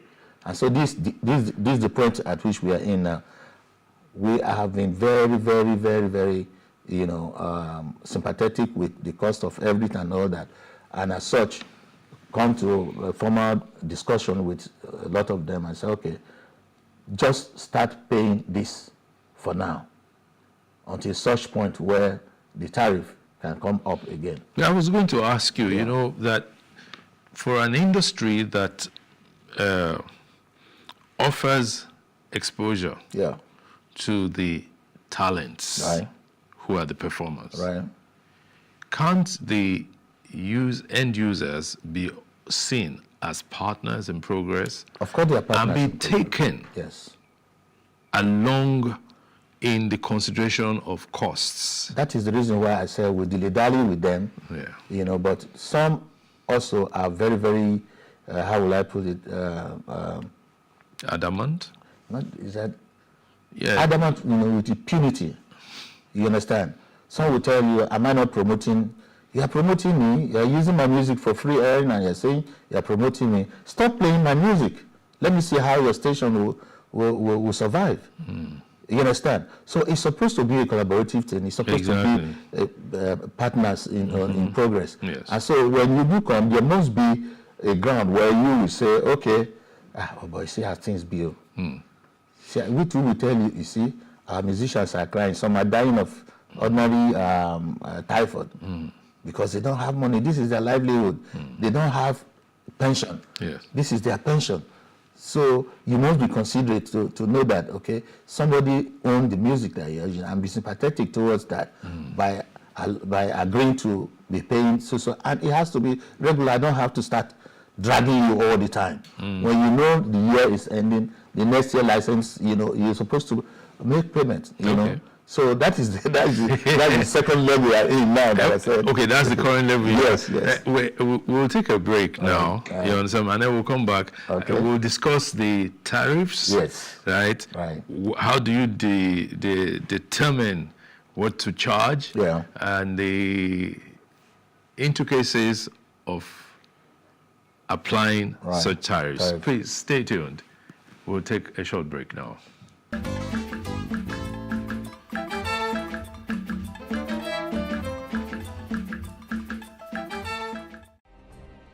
Nigeria's Niger Delta region, from where the black gold fuels Africa's largest economy, where the lines between wealth and poverty has never been thinner. Conflicts, poverty, insecurity, and environmental challenges daily confront the region. How can the Niger Delta story be changed for the better? Join Mamude Akuga at 9 p.m. every Friday evening on Plus TV Africa as he probes deep in search of solutions. Inside the Niger Delta with Mamude Akuga, the authentic voice of Nigeria's oil-rich region.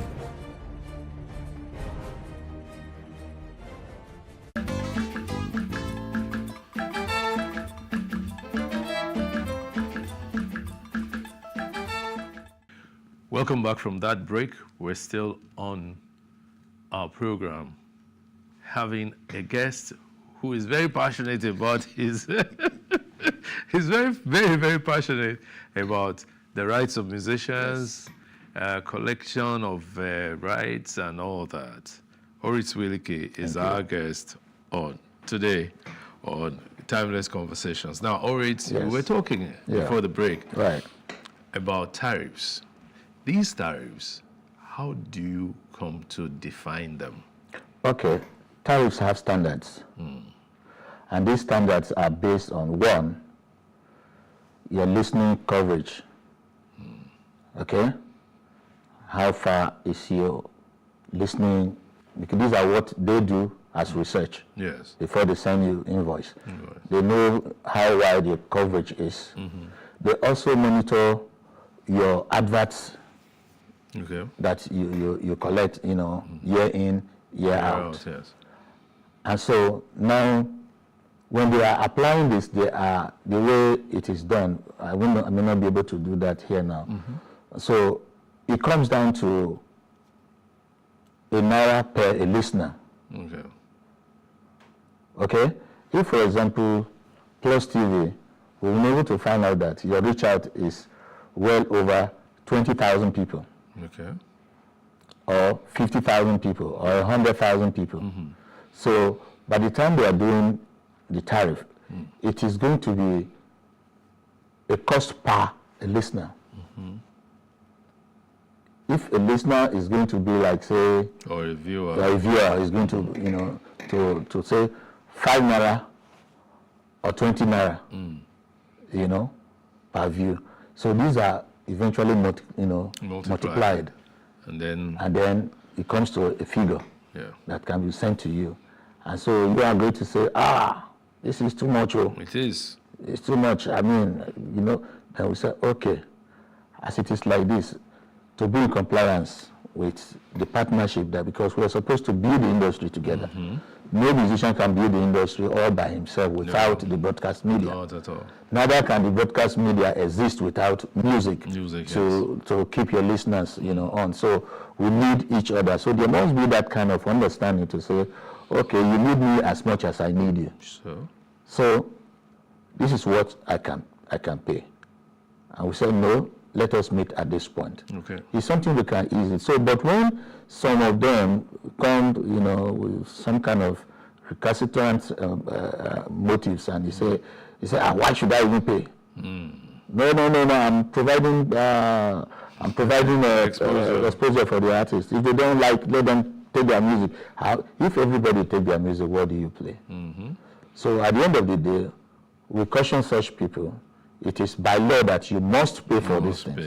And so when we see that our judge is not going the right way, then we may have to apply the law by taking you to court, you know, to tell the court why you think you can use my music. At that point, it's no longer just using my body, it's an infringement. We'll be taking you on. And so that is worse and dangerous, because you're not going to be talking of tariff at that point. You're not going to be talking of tariff, because you're going to be paid for damages for using my work for a number of years without you paying. And so when they ask you to pay in billions and in hundreds of millions, you say, how can they ask me to pay? For example, the multi-choice this thing, you know, we got about 6 billion. And people were saying, how can, you know, royalty get? No, it was an infringement. So it was a judgment debt. So it's not by the calculation of what tariff it was supposed to be. So you have erred, and so you come with the punishment. So at that point, it's difficult for you to start negotiating. Okay.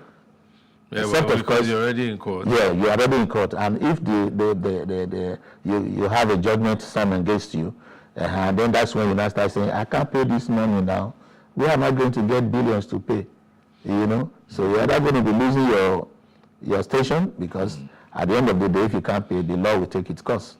You know, so we don't always advise people to allow things to get to that point. You know, do it right when it is under our control. You know, so you must pay for royalties. And so when you see invoices coming to you, we don't force. We don't go by. You know, boy, you know. No, we come in a very gentlemanly thing. This is the invoice.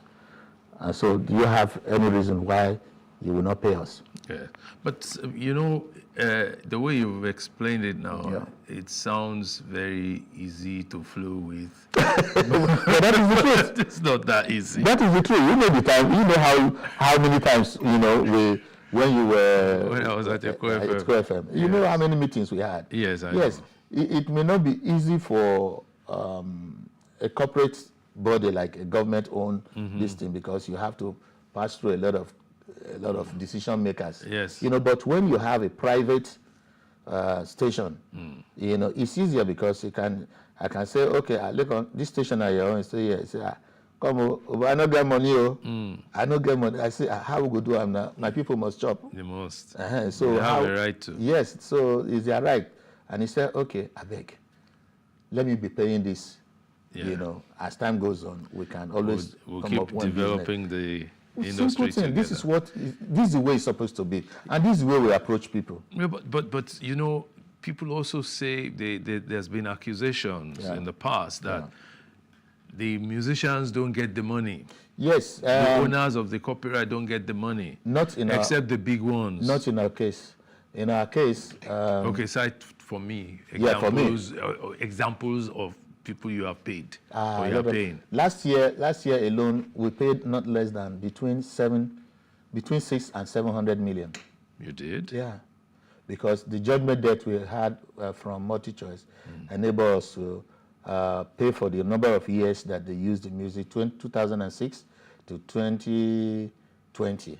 You know, so anybody who was a member of MCSN from 2006, you know, they were cashing out actually. Okay. I'll show you, number of prayers. Excuse me. That came in, and then assuming 3,000 people were members at 2006, only those 3,000 people will benefit from that kind of payment for 2006. And so Paraventure 2007 we now had 4,000. Yeah. Only those 4,000 will benefit For that year. Okay. So if you're already a member from 2008, from the distribution of 2008, you must get your own. That brings up the question, who qualifies to be a member of MCSN? Anybody who creates music, who is a songwriter.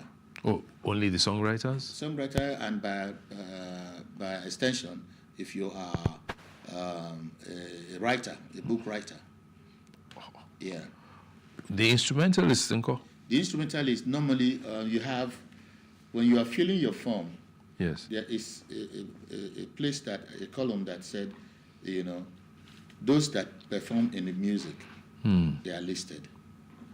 So if you have a bassist or a shekere who played in that listing, their names are listed in that form that you are signing, that you are signing to us.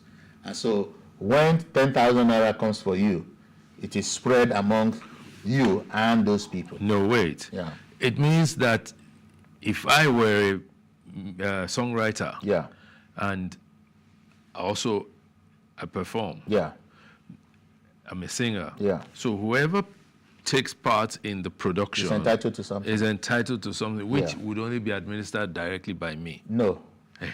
It is shared by a particular formula. Yes. If, for example, three of you wrote the song, only you cannot get the 10,000 naira. And so who is going to spend? Who will disburse it? It is the society. But I'm the only one that registered. No, you registered and fill in the names of others. Names and their contacts. Oh, okay. Now, so if you do it alone, and then there's complaint later, they will sanction you because you kept the information. Who are these days? I mean, if those who wrote the song with you, or those who performed with me, and they're able to prove that they performed, or they co-wrote this song with you, and then that artist should be sanctioned because there's a provision there that you ought to have filled those who sang with you, who wrote with you. Okay, now you said something about books. Yeah. MCSN handles copyright for books? Alliance, yes. Really? How? Yeah. For example, there are books that have been turned to movie. Okay. And so when it's now a movie, music is involved. So they are like Siamese twins. Oh, yeah. So we have the movie industry on the board of MCSN, for example. Oh, good. In Nollywood, we have the Directors Guild, all of the guilds. They're represented. Represented at the board of MCSN. So if you are a music score, who writes for films and only, you also have representation in. But not necessarily from the sale of the movie. No, not from the sale, but from performance of the movie. They might be on DSTV, for example, shown all over the hotels in Nigeria for commercial values. So you are entitled to something. Now it's getting very interesting. It is. There are people professionals who do voiceovers. I do voiceovers. Yeah. Now, are they entitled to anything They are entitled. administered by MCSN? If you, as a voiceover artist, register with MCSN, I can assure you will get something. No. Yes. No. Yes. I say no. Yes. It's not happening yet now. It's happening. We have some voiceover members. So for as many times as they play back that jingle, there was a jingle that was played. Should I be saying this? Okay, that was played in a particular station, and this guy did this jingle like 10 years ago. 10 years ago, they've been using that jingle for over 10 years, and then the guy said, "This jingle, you don't tell me I do this thing now. They are still using it. They ought to pay me some more money because they didn't tell me you're going to use for this X number of years." No, he didn't sign anything. Yeah, he didn't sign anything. Yes. But they took him to court. They took the station to court. And they got judgment against the station. That's MCSN took the station to court? No, the guy. The guy took the station to court and got, because when I did the jingle for you, you understand, and you didn't pay me outright,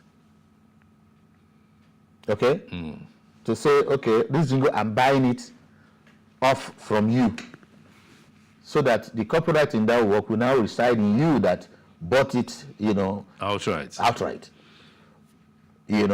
So I cannot come back to you tomorrow to ask you for any fee. But if you pay me money, I go to the studio. Yeah. I did a jingle for you. Yes. You have just paid me for the voiceover. The voiceover and the production of that jingle. Okay. You have not paid me for the copyright of the works itself.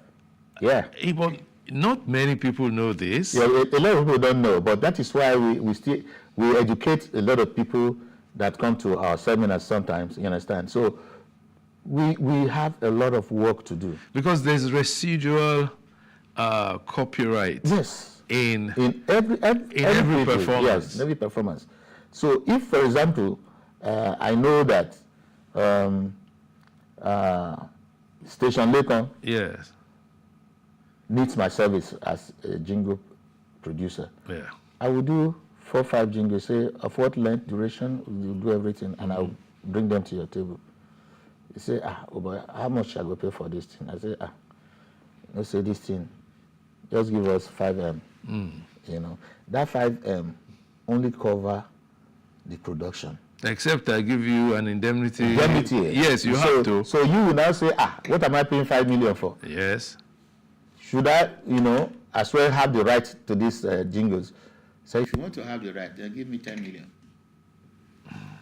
You say, no, I can't do that, but I want to buy it outright. Yes. We'll square up at 6 million. I'm going to give you 3 million now. And in so and so time, I'll give you the balance of 3 million. I can't come back to you. Over a period of time, I'll pay that. Because already there's an agreement that clearly states so. Yes. But if there is no such an agreement, I can come back to you. So what it means really is that to every performer, there must be that intention to protect his residual right. Exactly. In that performance. Even 70 years after he died. No, I thought that 50. No, I thought at 50, it's 50 years. But 50 years. No, I thought it was 50 years that it enters into the public domain. 70. 70? Yeah. That's when they enter public. This is an eye-opener. Yes. And it's a good thing we're having this conversation. Right. We should be taking a short break now. Thereafter, we're going back to your music. No problem. Please stay tuned. Thank you.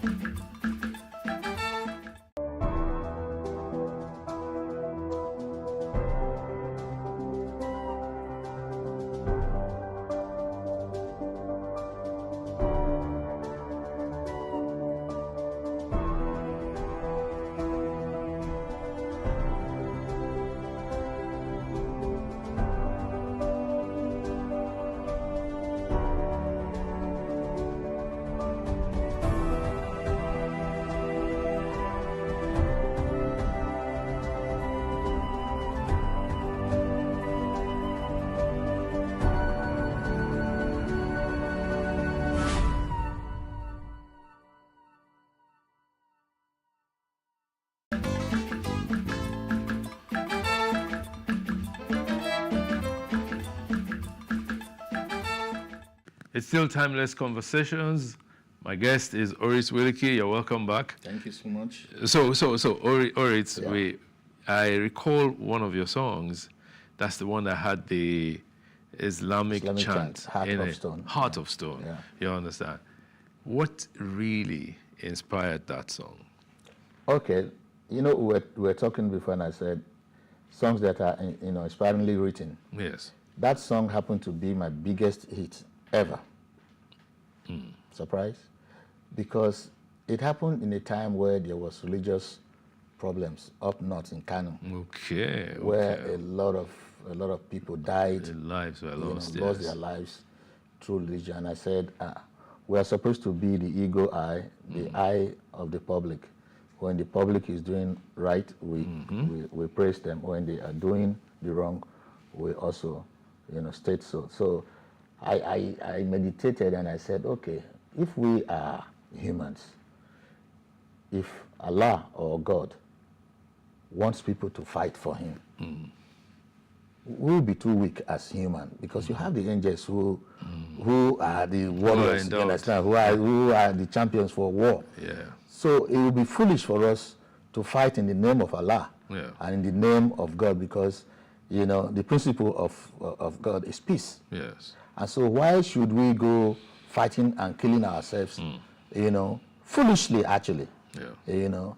So I said, okay, I was going to do this song, and I was going to marry the Muslim and the Christians together. So in it, when we wrote the song and then we were producing it in the studio, then it got to a point where we want to do the chant, and I said, we'll have to go and get an afar. Yes, to do the right to thing. do it the right thing. I don't want to take chances. So we got an afar from Agege to chant the Allahu Akbar. Yes. You know, so we also do the Amen for the Christian. And so it came out and people were like, wow. You know, a lot of people listened to that song, and I was surprised. Yeah, but some people accused you. Yes, some do, but some did. Yeah. But at the end of the day, when you sincerely do a thing from the bottom of your heart, that will exonerate you. Yeah. And the truth will stand far more than the lies. Yes. I believe that. Now, you said it was your biggest hit. Yeah, it was. In terms of what? In terms of revenue, or in terms of revenue, acceptability? in terms of sales, in terms of acceptance. Yeah, but I thought Tribulation was. No, Tribulation was not near Heart of Stone. What Is What That yet. What Is What That was the massive single that had Heart of Stone. Yeah, it was far more. Okay. Sales. So what is, you know, Heart of Stone was the album. No. What Is What That I keep was confusing the album. it. Yeah. What Is What That was the album. Heart of Stone was the song. The song. So it became the biggest single from it. We also have What Is What That as a song inside As the a album. song inside the album. And that's where the confusion Yes. comes from. Yeah. Now, that song is about how many years old now? Wow. 30-something That was years? 1990. Yeah. So 1990. Yeah. No, 91. 91. Yeah. So it's about 33 years old. Yeah. So 33 years ago, you wrote the song. Yep. It's still Very relevant relevant. today. When you hear it, it's as fresh as...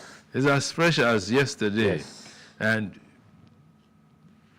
songwriting, is it a gift or a craft, or both? It's both.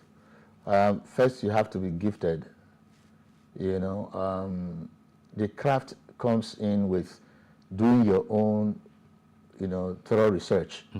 When you write a song, you know, you do a research on a song, you meditate, yes, you know, spiritually, and then the right words will come to you to express yourself in that mode of chords. Because, you know, when you're dealing with music, it will be wrong for you to fix in a word of love in a war chords in music. There are songs that you spread the chords, you know that this chord is not love inviting. You understand? This is war. Yeah. You understand? And then there are chords you will spread, you say, I want to make you cry. And so I play the melody, then I fix in the right words into the right chords. To engender that mood. By the time I play to you, you see water dripping out of your eyes because I've just taken you somewhere. That is gift, you know. So you need to do the research to be able to know what kind of chords can I play if I want to talk about a love song. I want to sweeten a woman's heart. So you're going to, you know, invoke those chords first of all, you listen to it, and then you also invoke the words that should marry those words so that it comes like bread and butter. Because sometimes you have words that are wrongly fixed in a particular chord. You know, spirituality Very has been coming out of what you have been saying. Definitely. In fact, you used a very strong word and you said invoke. Invoke, yes. You have to invoke the right words. To get The your perfect- message out, or to get the perfect blend. Yes. So first, it is not, you are not thinking about what the people, or you are not talking about the people, now you are talking about the words. This is the chords I have played. These chords, I said, no, I'm going to move these chords because it wouldn't fit the words. Yeah, but you know, because you're an instrumentalist, Yes. That's why. That's part of it. Because most times, most people who write songs, they don't know about They this. don't know about No, it. they don't know about it. They will just write maybe a But poem. it's the duty of the producer who will now interpret it. Yes. But in that interpretation, now comes the advantage of being an instrumentalist. Exactly. You know, like these days, there are songs that are very, very powerful. Yeah. Very, very powerful, Yeah. even by the younger generation of Nigerian Do musicians. you know music has gone beyond just for pleasure? Yes. It's now used as medicine, you know, for curing certain ailments. Just music, yeah. Really? Google Oh, it. wait. I Google it. actually saw Yeah. I saw a video recently Yes. of a blind They use music child now. who his mom said connects better once he hears music. And there was a saxophonist who came to play for that child. And you could see the child come alive, yes. Do you know that you can stay by the seashore, maybe with your sax or your keyboard, in a lonely seashore? There are chords you will play. The fish will all come out around you there. They would? Yes, they will come around. You will see a lot of fish listening to that music. Yeah, but there are no fish that you start to catch. No. You know, you just, especially dolphin. They are very, very smart at listening to music. They're quite smart. See, if as a performer, you have that talent, wouldn't you expect that around you, society would encourage? How else can society encourage the nurturing of talents in our environment? Well, first of all, you have to be sure that the talent has the talent. You understand? Yeah. Because if you are carried away by some amount of wants and desire to be a star by a little chap that you heard sing or you watch perform, then you may not be going far. You have to ascertain that, does this guy really have this stuff? If I cancel or if I interview some of the artists that come for consulting to me, and I hear words like, Baba, this song, I beg. Now here, you have to, I don't need anything. I don't just record me, let me just blow, record me. I don't want the money. And I will tell you to get up and walk away. Because it means you're not committed. You're not called. Your heart is not even there. No. Yeah. You know. So I want to see an artist come to my studio and say, Daddy, how can we make money out of this? I need you to listen to it, and so if there's a future in the song, first of all, you know, that seems to be an artist who knows where who has going, commitment. Who knows where but you know, should we blame technology, for instance? No. In those days, right, you had formal studios, huge things and all that. These days, all of those things have been compressed into small devices, exactly, you understand me? So, exactly. and these guys can get those devices. Yes. There are softwares you can install on your computer. That's and correct. you will turn a small room into a studio. Yes. That's So because it is easier to do now, everybody thinks they can do it. Is that a disadvantage or what? It's a disadvantage, you know, because you're no longer groomed to be a career musician. Because if you just rely on those floaty loops, preset sound, you know, and then you put them together and you say, hey, get up, read, so that's music. It's not music. Yeah. Because it's not going to keep you in there for a long time. You understand? Because you have not passed through the school. You have not been mentored to know how to sit down and be inspired to write a song. Okay. I can be at third mainline and a melody is knocking on my head. I bring my phone, I whisper the melody down, I keep it. You know, I come back to it maybe in a month's time. You know, so I know that song just came. Just came, and I was able to capture it. It's always in the air. Yeah. It's always in the air. And so when I capture it and I want to now, you know, work on that particular message. Yes. And so it would take me some time, step by step, not just written, you know, I got this, but create beat, you know, and next tomorrow it's on the air. Yes. No, there's a difference. So it doesn't even need to go on air these days. It just goes on YouTube. It just goes on so everybody can sing now. Yes. You know, with the kind of software that we have. Yes. You can sing. In fact, there is one I saw 2 weeks ago. So if you're not a singer, yes, just be able to sing anyhow. AI polishes it. Yes. So you now go to the setting and look for your favorite artist. You want your voice to sound like that. Yes, and so they will assign your gibberish to that.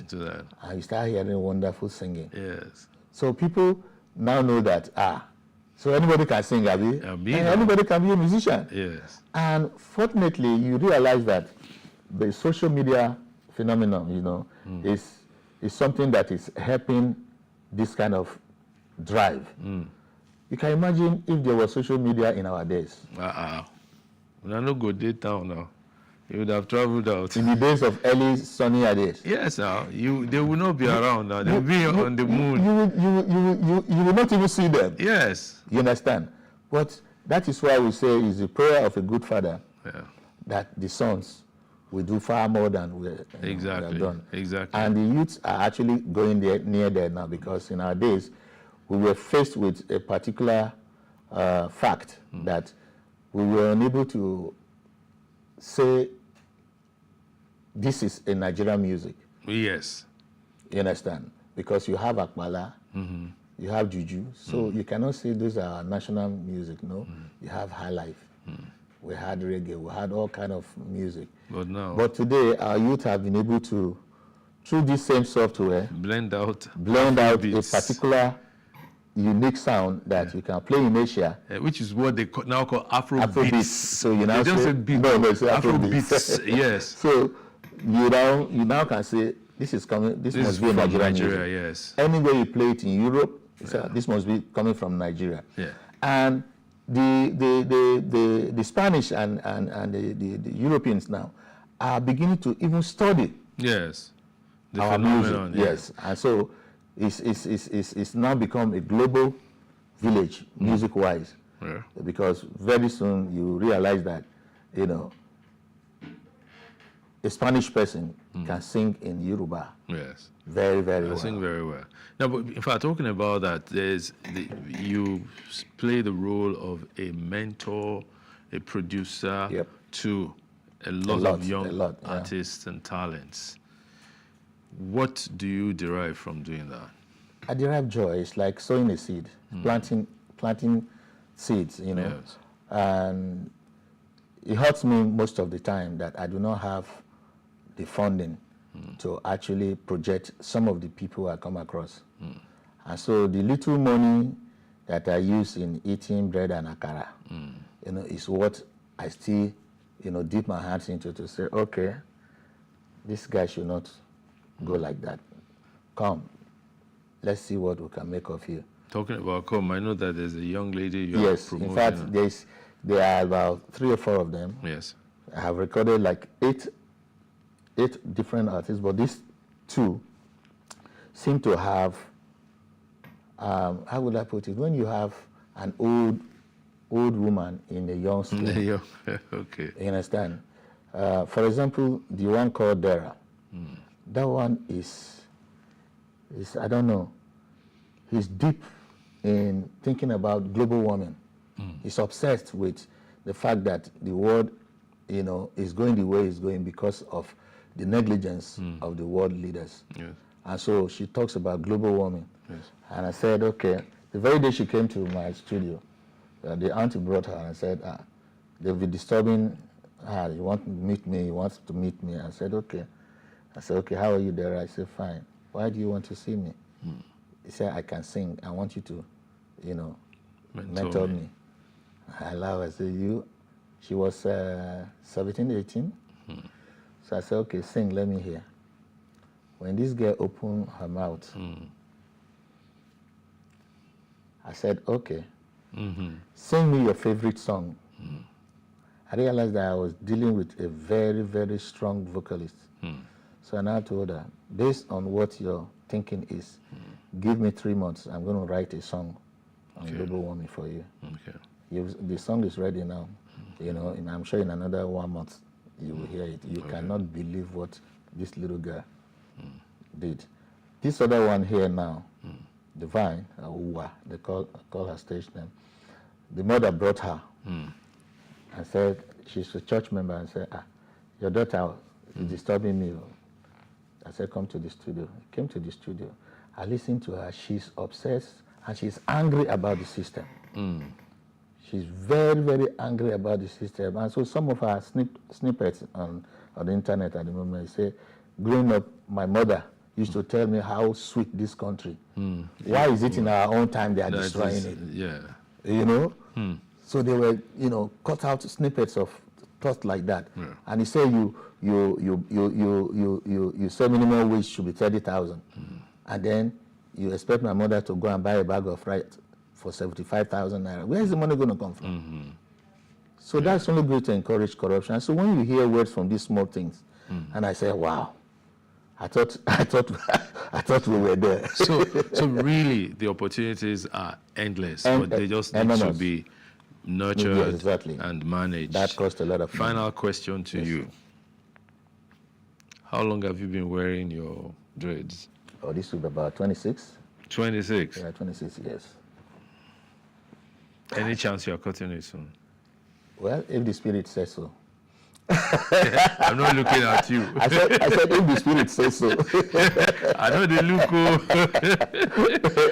Well, it's been a very nice time talking to you, my brother and friend, Orit Wilike. Yes, my brother. I'm sure sometime soon we will get together again and have more conversations. It's always my pleasure. Thank you so much. Thank you so much. Yes. Bless you. Thank you for having me. Yes, it's been Orit Wilike on Timeless Conversations with me. I look forward to another time when we'll bring someone else who will be as interesting. Thank you for watching. Take care.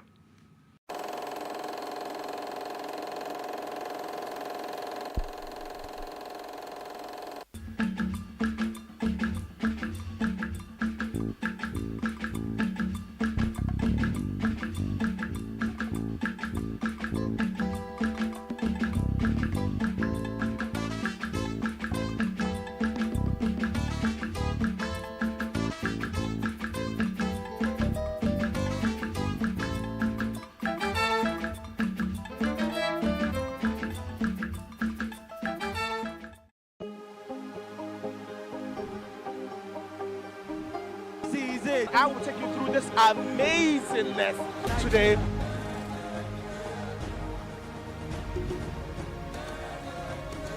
Welcome to Plus Trending.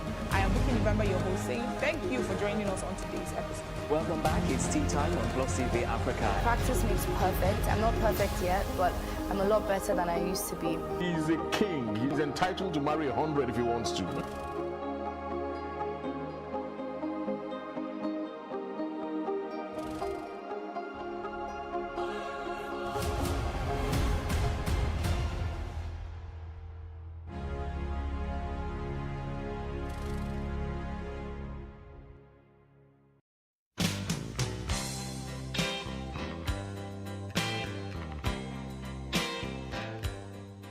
The pandemic opened the world to a new dispensation regarding work. How people work and the career paths they take differ from generation to generation. There are 5 generations present in the modern workplace, each with unique expectations and perspectives. A person's career path is described as the work they do and the roles they hold as they climb up the ladder. Before the millennium, career paths for many was simply linear, which could be a person working at the same organization and growing there till they retired, or a person working in the same role but changing jobs a couple of times. Security and staying power were the cornerstone of this career path. However, with modern technology, a person's career path can be as multifaceted and versatile as the individual wishes. Millennials now work multiple roles in their career trajectories, pursue numerous passions that are sometimes interwoven, and work at different roles in their journeys.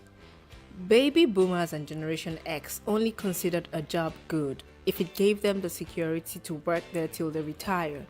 But for millennials and Gen Z, the workplace has changed and so has the career structure. Millennials often change their career paths or juggle multiple interests simultaneously. Being able to move from one job to another might signal a person's employability and adaptability. Baby boomers tend to believe that working long hours is what defines success and value face-to-face interactions with co-workers. In contrast, millennials believe that innovation and flexibility are key ingredients for success at work. The shift in occupational structures, for example, the increasing gig economy, is leading to polarization in employment, wages, and inequalities. From remote work policies to virtual leadership, the pandemic changed how we work. The opportunity to telework increased for some, such as knowledge workers, but not for frontline workers. Among the benefits are an improved work-life balance for some, as well as changed attitudes to well-being. Teleworking can lead to a higher productivity and lower operating costs for companies. Work is increasingly flexible and decentralized. Working from home or out of a workspace is favored by many because of the flexibility that comes with it. Millennials and Gen Zs prefer flexible work schedules and part-time hours so that they can balance their work and life compared to older generations who prefer security. Some people are social people. You know, when they go to the office, they have friends everywhere. Good morning. How was the football match? You know, you just with your colleagues and stuff like that. That social element at work, a lot of people need it. Me personally, I'm an extrovert, but I'm also high on the introverted side. I like going to parties, I like making friends, but I also like keeping to myself. So at work, I'm not the friendliest. I would smile, I would say hi, but I don't need to. So it depends on your personality and what you need. For me, work from home works a lot for me because I get to spend time with my family. I'm always in the house with my partner, and that really makes me happy.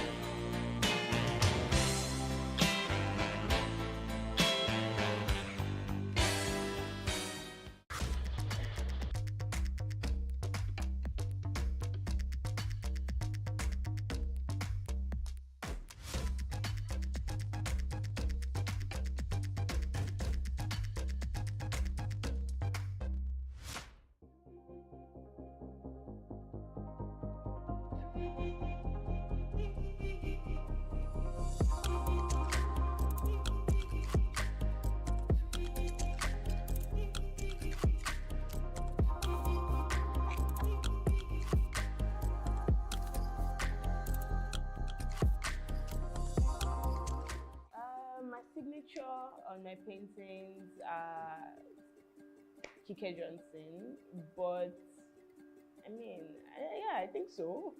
Thinking about it now, I'm not even sure, but yeah, I think so. Most of them have my name, apart from my fashion brand though. My name is Kike Lomo Johnson. I am a visual artist and a fashion designer. My art is inspired by a lot of things, by Black women, by colors, animations, different things. A lot of things that like inspire me, but I naturally enjoy drawing Black women. I think it's amazing. Yeah, sometimes I have artist block where I want to draw something but I can't. I just get like, okay, I don't know what to do, or I just get there's just a block, you know. So sometimes I have to get out of that phase by either drawing something else or creating something different, or maybe getting inspiration from something else totally different from what I am doing at the moment. So that way I get inspired again and I get to draw and actually do something. Black women are amazing, number one. We have a lot of amazing features. You know, as an artist, there are different things I see. Like I can see someone's face and I'm like, oh my God, I need to draw that, the angle, you know, just different things on the face that makes it very interesting, you know, to visualize and to draw.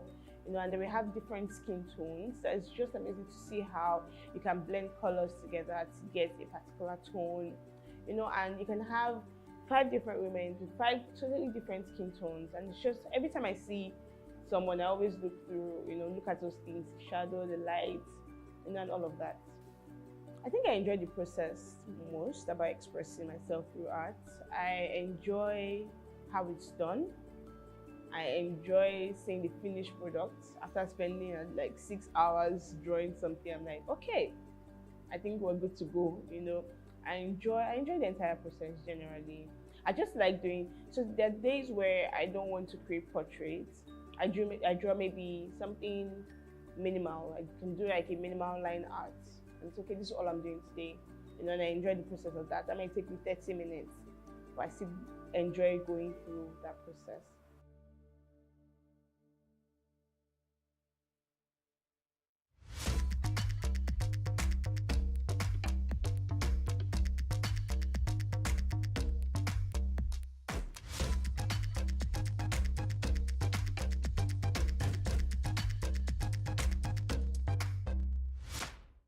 The Nigerian art space is amazing. It's growing and it's just very broad now.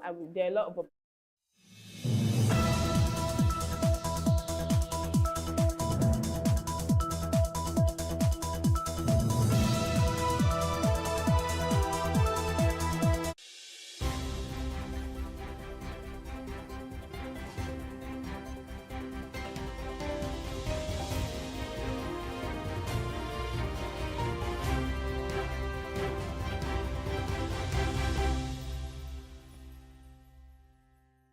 You're welcome to the Breakfast on Plus TV Africa. My name is Rume Paulson. How are you doing?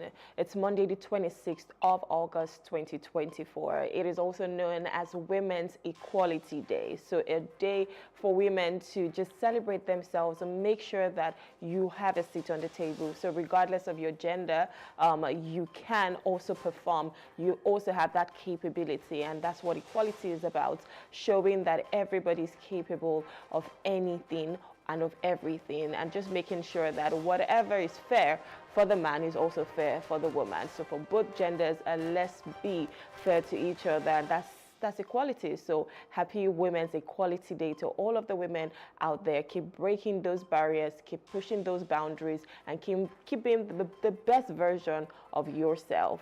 All right, on today's breakfast show, we'll be looking at several hot topics, one of which DSS detention of justice sparks freedom concerns. Another says Supreme Court affirms elections of Bayelsa, Imo, and Kogi governors.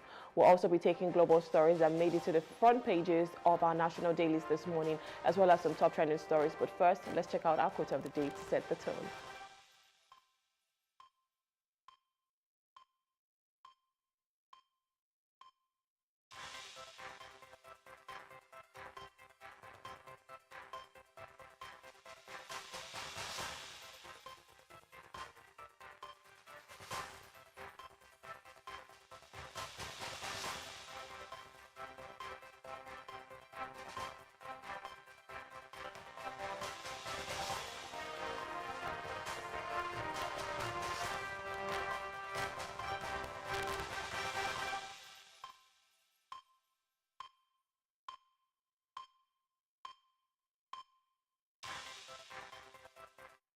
Hold on to your dreams of a better life and stay committed to striving to realize it, and that is by Earl G. Graves Sr. He was an American entrepreneur, a publisher, a philanthropist, and a businessman. And he says this morning, hold on to your dreams of a better life and stay committed to striving and to realize it. So that dream, that beautiful dream, that goal that you have, that aspiration, make sure you keep holding on to it. I think this, of course, is a no-brainer. Of course, you want a better life for yourself, so keep striving to realize it. It's one thing to say, I want this big, beautiful life, but it's another to ensure that you're executing all of the plans to get that big, beautiful life, to realize that beautiful life. So hold on to your dreams of a better life and do not stop when it comes to, having to realize it. No matter how big the dream is, it just starts with one small step. It starts with, minimizing the goals and say, okay, you know what, we'll start here and then we just keep working our way up. So all you have to do this morning is believe that you can achieve that dream of yours. Do not give up. I know that a lot of times with the economy and stuff, you tend to give up and you say, no, I cannot do this, but you can.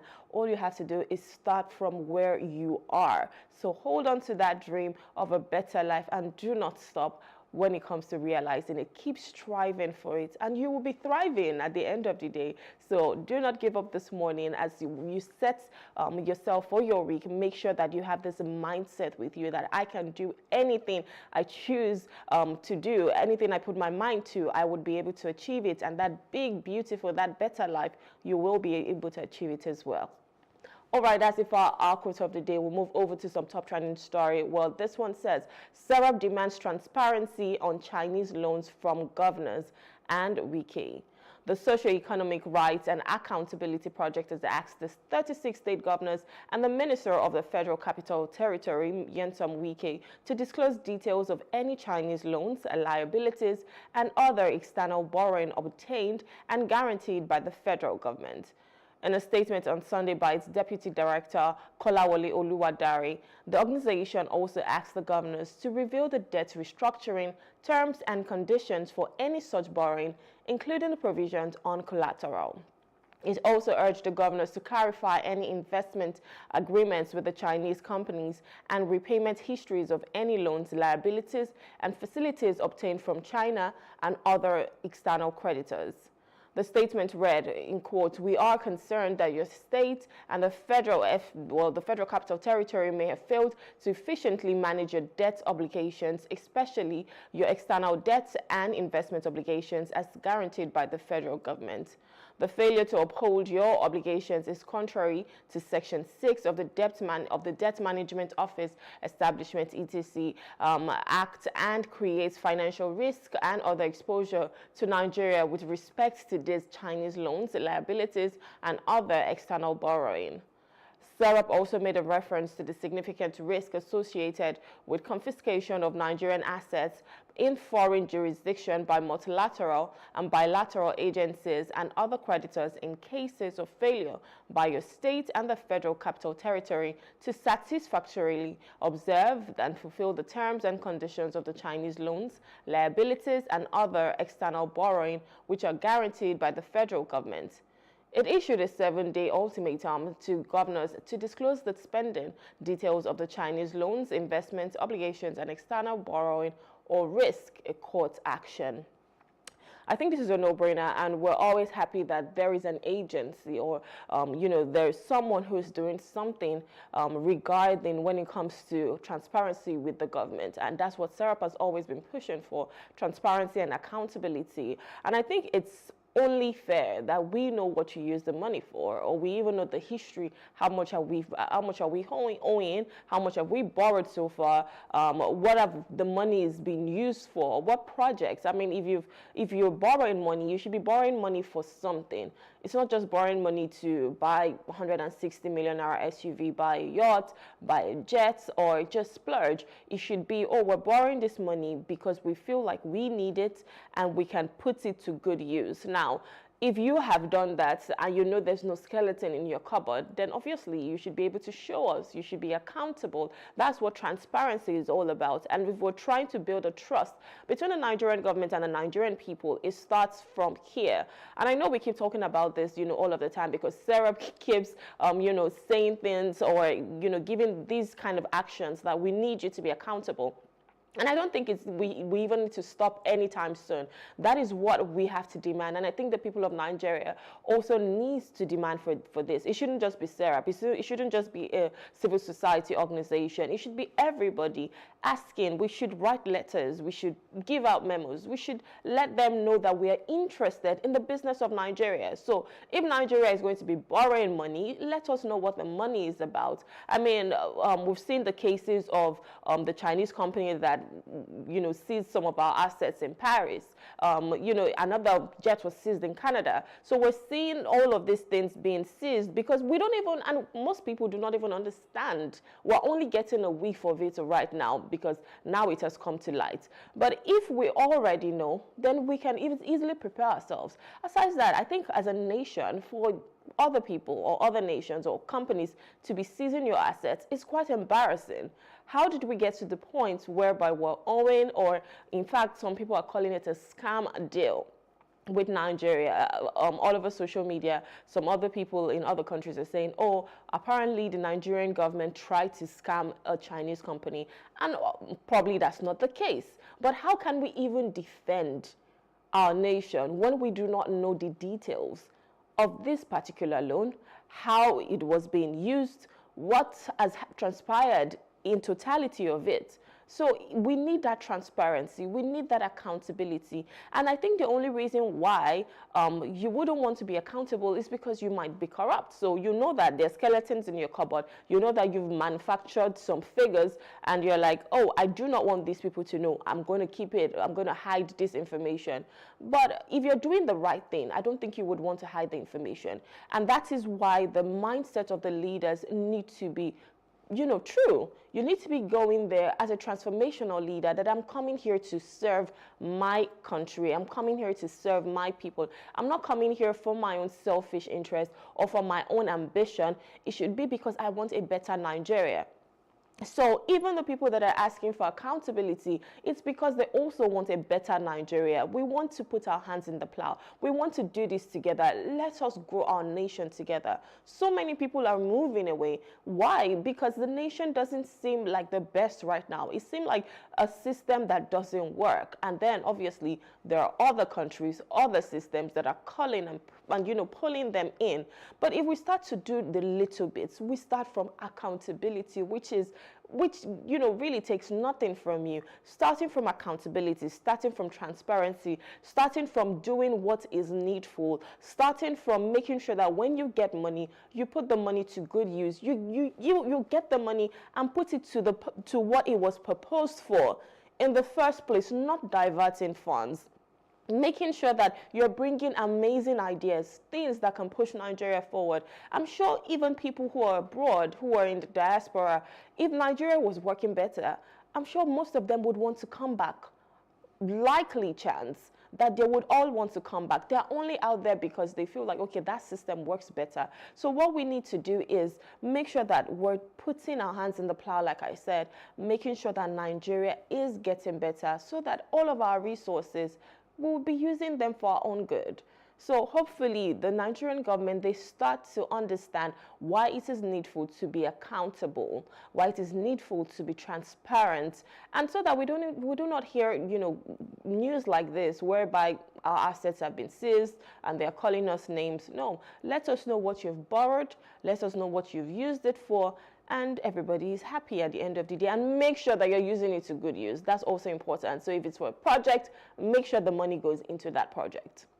All right, another top trending story says 2 officers dead, 3 injured in Abuja Sheet police clash. 2 police officers have been killed and 3 others are unconscious following a clash between the police and the members of the Prescribed Islamic Movement of Nigeria, IMN, popularly known as the Shiites, in the Wuse area of Abuja. Spokesperson of the Capital Territory Police Command, Josephine Ade, confirmed the attack, which happened on Sunday, describing the attack as unprovoked, while accusing the group of destroying 3 police vehicles. According to Ade, the IMN members attacked some personnel of the Nigerian police force attached to the FCT command at Wuse Junction by a traffic light. The statement also read, the proscribed organization attacked the police checkpoint unprovoked, wielding machetes, improvised explosive devices, locally made bombs in bottles with kerosene and knives. While several arrests have been effected, the Commissioner of Police of the FCT, CP Bennett C. Igwe, PSC MNI, condemns the unprovoked attack on police officers. He promised to bring those involved to book.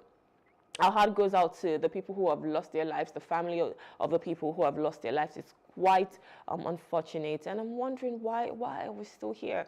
I know, like, everybody's angry, right? But you shouldn't take it out on other people. These are people who went about their own day's job. These are people who are working hard to ensure that the lives and properties of Nigerians are being protected, and we go ahead to take their own lives. It's quite unfortunate, and it's just sad. It's inhumane. We shouldn't even be talking about this. We shouldn't even be doing this.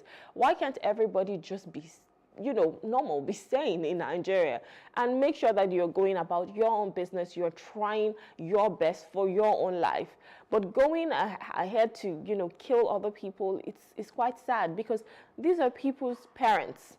This is one of those person is definitely a brother to someone, definitely a son to someone, definitely a husband to someone, definitely a father to someone. Now you don't know, how much you've cut the income of those people, or whatever they're supposed to be bringing home. You don't even, aside money, even the love, knowing that you have your family member here, you can easily pick up your phone and call them. You can converse with them. You can spend time with them. That person is gone because their lives was cut short. It's quite sad and quite unfortunate, and I hope that these people, I hope that they get arrested. I hope that, they're brought to books. I hope that they go to court. They face the justice system, because you cannot kill and go scot-free. And it is important that this is not just swept under the carpet. I know, like, this is the Nigerian police, and they would not even take it lightly, but it is important that we make an example of these people, because you're seeing things happen like this day in, day out, and that's because we're not reacting the way we should be. If we were reacting the way we should be, I'm sure people will be scared to do it. And I think it's also important that we have proactive measures. These people now, it seems like the criminals are even more armed than the police itself. So what are we doing? And I know that security takes a huge chunk of our budget. So how are we even using the money? How are we spending the money? Are we spending the money, frivolously, whereby people are just taking it for themselves? Or are we buying the ammunition that the Nigerian police actually need? Are we making sure that even the Nigerian police is also as protected, because they're also, first, they're a citizen before they even decided to be part of any security agency. So it's important that everybody, regardless of where you are, whether you're in the public service or whether you are just a civilian, it is important that everybody feels safe. So once again, my heart goes out to the family members of these people who have lost their lives, and we pray that their souls will rest in peace. Amen. Our final top trending story says, Nigerian government declares Cotonou University certificates invalid. Mass sack looms. Mass sack looms in Nigeria as the government has announced that all degrees 2017 till date will be rendered invalid. The Minister of Education, Tahir Maman, disclosed this during a press conference with journalists in Abuja on Friday.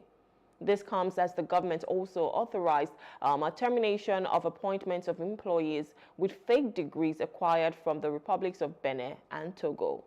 The minister stressed that those measures were sanctioned in a recent meeting of the Federal Executive Council, which was presided over by President Bola Tinubu. According to him, the decision comes amid the controversy surrounding some Nigerians going to neighboring countries to get certificates. So in the final analysis, what the federal government approved is that the secretary to the government of the Federation will issue a circular to all employers, whether public or private, to fish out anybody with a certificate from these institutions. And the head of service has also been mandated to fish out from the public service anybody who is parading certificates from these institutions.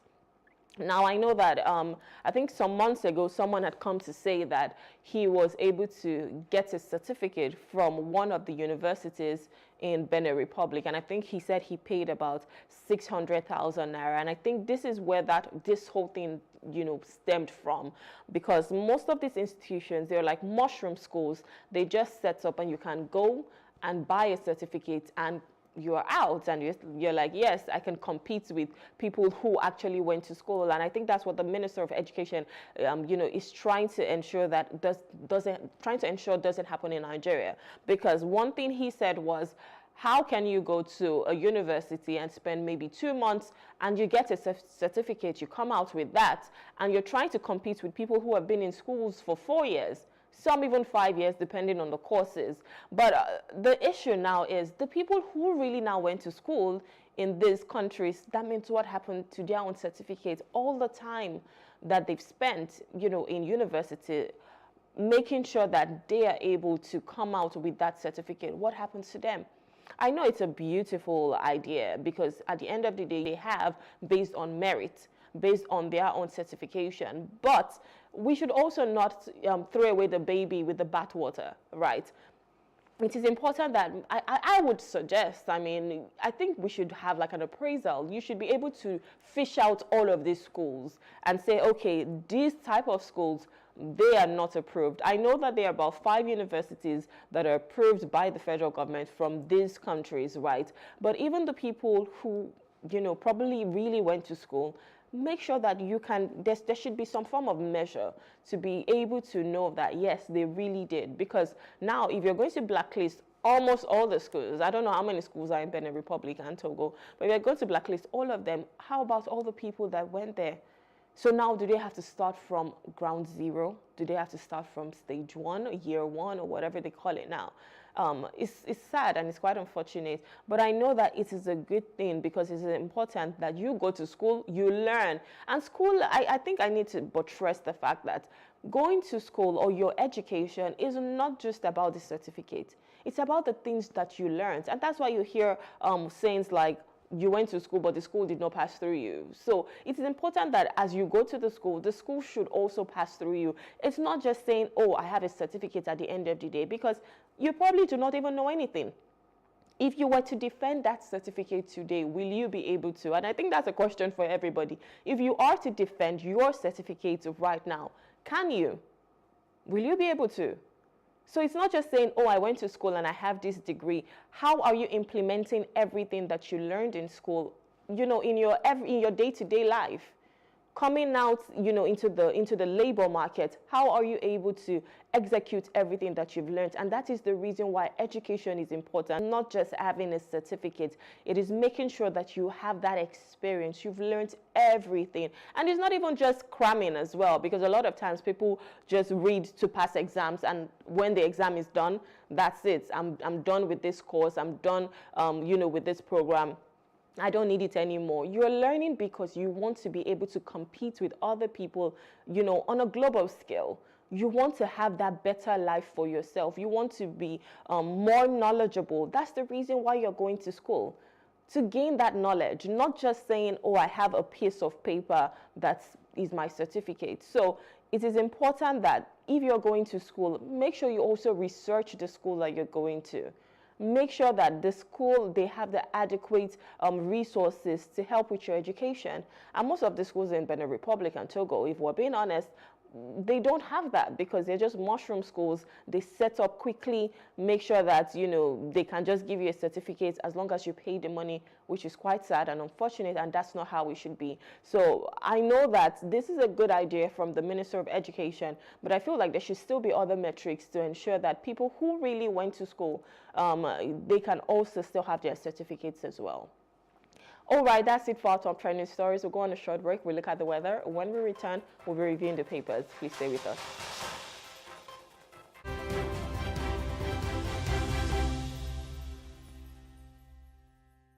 Welcome to Bayes University, Abuja, Nigeria, with a legacy of excellence and a vision for nurturing future leaders.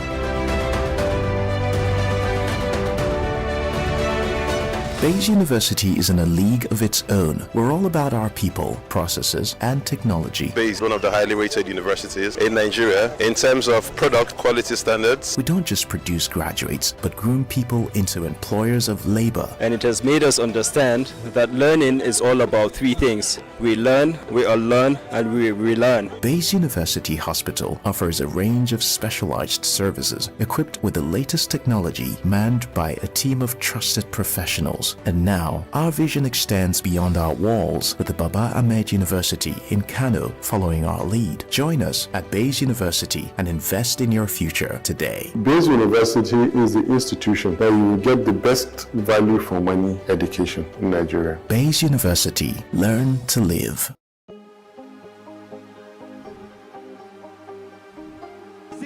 I will take you through this amazingness today.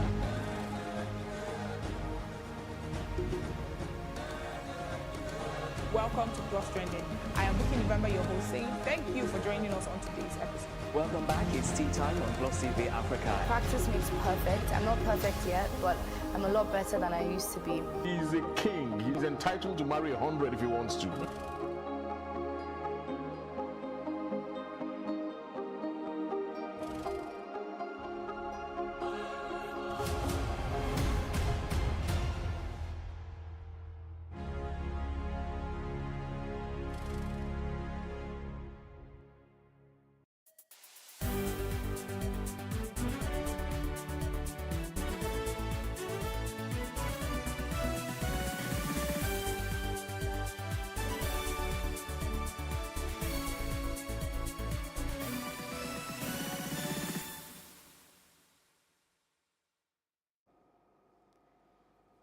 Thank you for staying with us. You're still watching The Breakfast on Plus TV Africa. It's time to take the global stories that made it to the front pages of our national dailies this morning. And joining us to review the papers is Professor Kamilu Sani Fage. He's from the Department of Political Science, Bayero University, joining us from Kano. Good morning, sir. Thank you for joining us. Morning, and thank you for having me.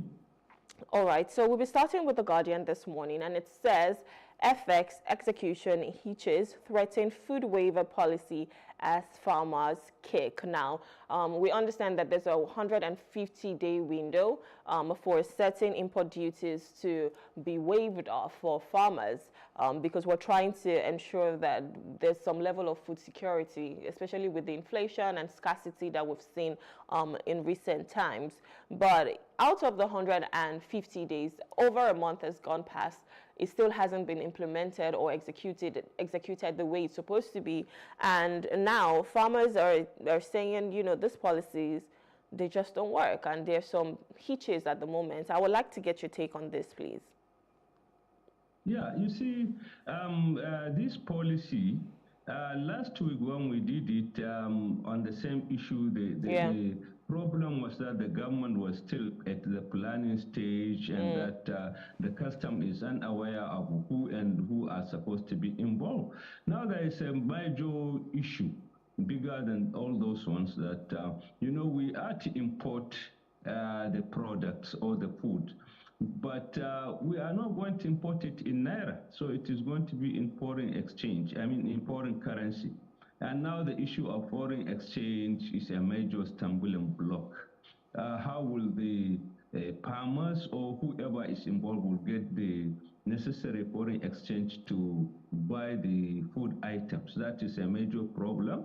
And secondly, even if it is available, even if the foreign exchange is made available to the people who are involved, the issue is at what amount. If it is going to be the same foreign exchange, let's say the value of Naira versus dollar, you know, we are just shifting the problem because we are going to import it in dollars, and now you convert it to Naira and it will be very expensive. So I think this issue of FX is what the farmers are saying, that the government has to look at it. Otherwise, the whole idea will be dead. because you don't expect people to go and buy in Naira. So what do you think they should be doing right now, especially if we're trying to combat food insecurity? I was speaking to someone yesterday. She's a farmer, and she was just talking about the scarcity right now. That maybe soon there might be plenty, but still there will be scarcity if we do not tackle insecurity, because most of these farmers cannot go to their farms. They've been taken over by terrorists. So I know that the waiving of the import duty is just one measure. And like I always ask, is it sustainable? What happens after the 150 days? So what do you think would be a more sustainable policy or a more sustainable measure to combat food insecurity? You see, the most sustainable one is for us to create an enabling environment that will enable our farmers to produce, okay? No matter what, if you are just import, you are just putting temporary measures. And secondly, you are killing your own farming here. So I think what the government ought to do is to look inward, to make sure that we are secured, farmers and everybody is secured, so that farmers can go to the farm and farm. And then secondly, that the implement and the inputs that the farmers need are also cheap, so that the farmers can use it and produce. And most importantly, the government should come in and take the idea of large-scale farming, either by itself directly or by sponsoring or supporting big farmers to produce. Otherwise, whatever you do is just a temporary measure. And you cannot just import. And look at what we are having. We say we are going to import for 150 days, which is maybe 5 months or at most 6 months. Then what will happen after the 6 months?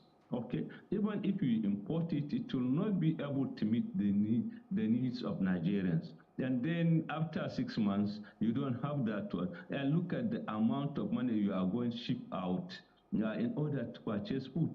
Nigeria is blessed with abundant, fertile areas. Anywhere you go in Nigeria, they have competitive advantage where they can have, a kind of particular food that they can grow in that area. So that is what the government should do. And we shouldn't also look at purely the federal government also. State government have to come in. Even local government have to come in order to make sure that farming is, given adequate attention.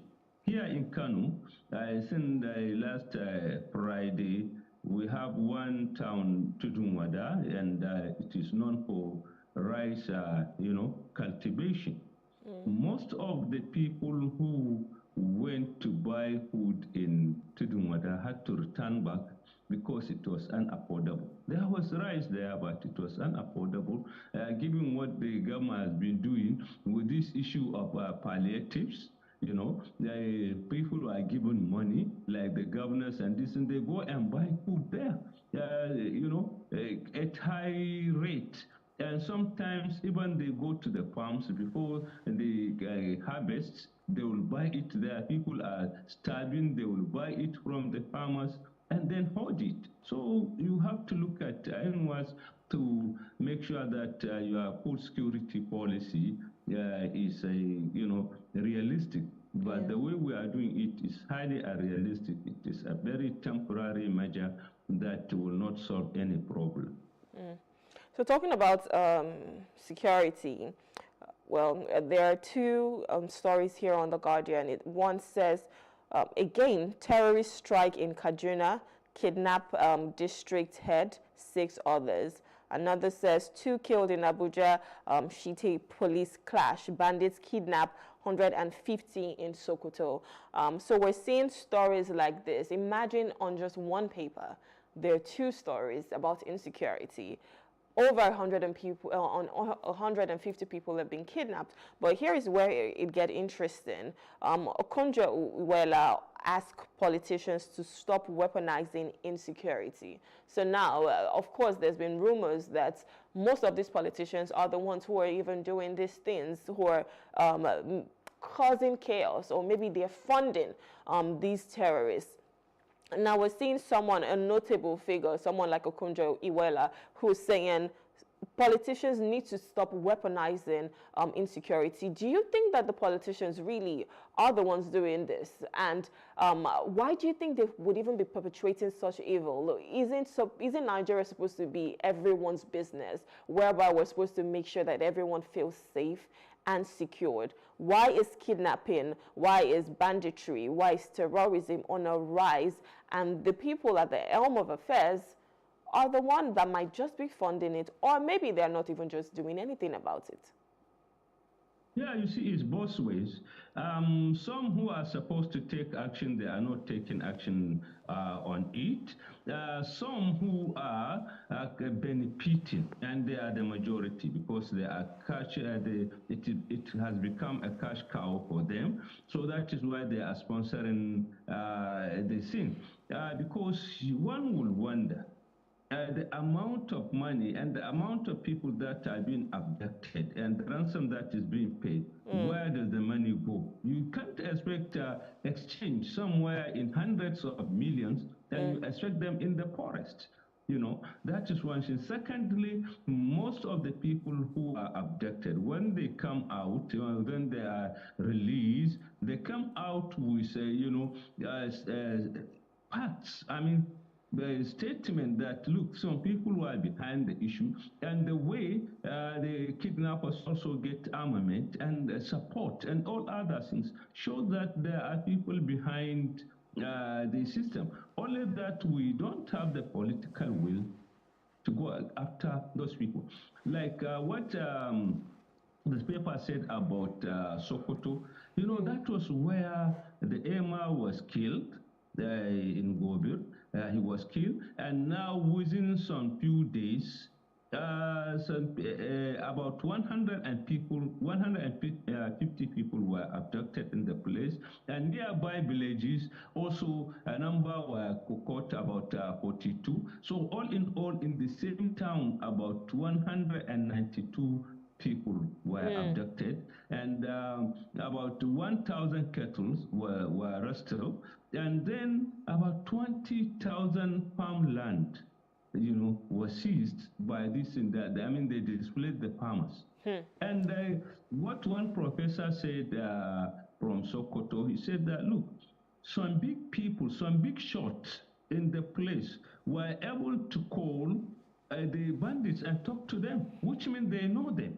Yeah. Okay. So how can you not take that one as a link and pursue and see how you get to the place? And the son of that Emma that was killed come out and mention even one person that he said he was the one who they told him, the bandits told him that he paid them 5 million to abduct them, and now he's denying, and the government is doing nothing. Even if it is, suspicious, that is where you can get the person. Just because he's a member of House of Assembly, call him, interrogate him. The security should squeeze him and find out the reality. So that is why I quite agree with Wela that big people, not only politicians, but big people, even within the security agencies, are behind this, either because they turned their face away from it and they didn't take active action, or because they are directly involved in sponsoring the thing because it is a cash cow for them. Sometimes I just, wonder that, because like you said, they know these people. In fact, when you're trying to abduct 150 people, of course, you're going to be in a convoy of different buses, right? That's the only way you can move them from where you're getting them, where you're abducting them to maybe your hideout. So I'm wondering, when these people were moving, is it that nobody saw them? The security agencies that we have here, what are they doing with the information that they get? Why are they not doing so much about it? Why are they not trying to investigate? Why are they not trying to call some people in? There's just a whole lot. And it begs the question that, are they weaponizing this to make sure that there's chaos in the land, one, and then use that to suppress the people? So it seems like we're always just scared for our lives. And then when they do a little thing, we applaud them at that point and say, oh, okay, they've done this, because we're always going to be scared. So is this a way to subdue the people? Is that the reason why certain people or certain, top individuals in Nigeria are weaponizing insecurity? Yeah, it is part of that. You see, moving the people, moving the abductees is not by bus. They mostly trek. Wow. Imagine what happened in Gobir within the past few days. 192 people plus 1,000 cows. So, it will take a long time because they cannot fizzle out in the air, which means there is a, connivance. The security agents should be able to trace these things, and because they have to work. After all, here, in the past, even we didn't have this problem. If there are theft of animals, what they do is to trace the footprints and then go and get the hide out of the people. So let alone in this modern time when you have technology that you can be able to trace. And beside that, they talk with the people to the extent that now they have the audacity to film what is the process and release it either via TikTok or WhatsApp or whatever. And all these things, which means we cannot be able to trace it at this time of technology. So that is why actually it is real that people are weaponizing this, either because of the money that they can get and because they want to intimidate the victims, or because they just want to maintain power. By the time they take a little bit of action here and there, people will now say, oh, these are the ones that are at our own interest. But it is a very dangerous thing.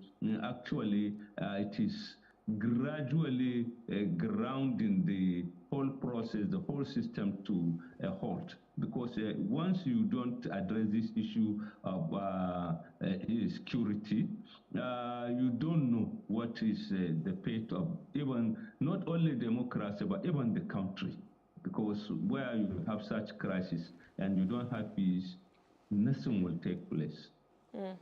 All right, so there's another story here that says now on the Nation, if we move over to the Nation, still on Okonjo-Iweala. So she canvasses, it says Okonjo-Iweala canvasses economic policy consistency. There's a writer here that says VP, that's the Vice President, says government committed to rule of law. So one of the things she had spoken about was the fact that we're not really growing the way we should be.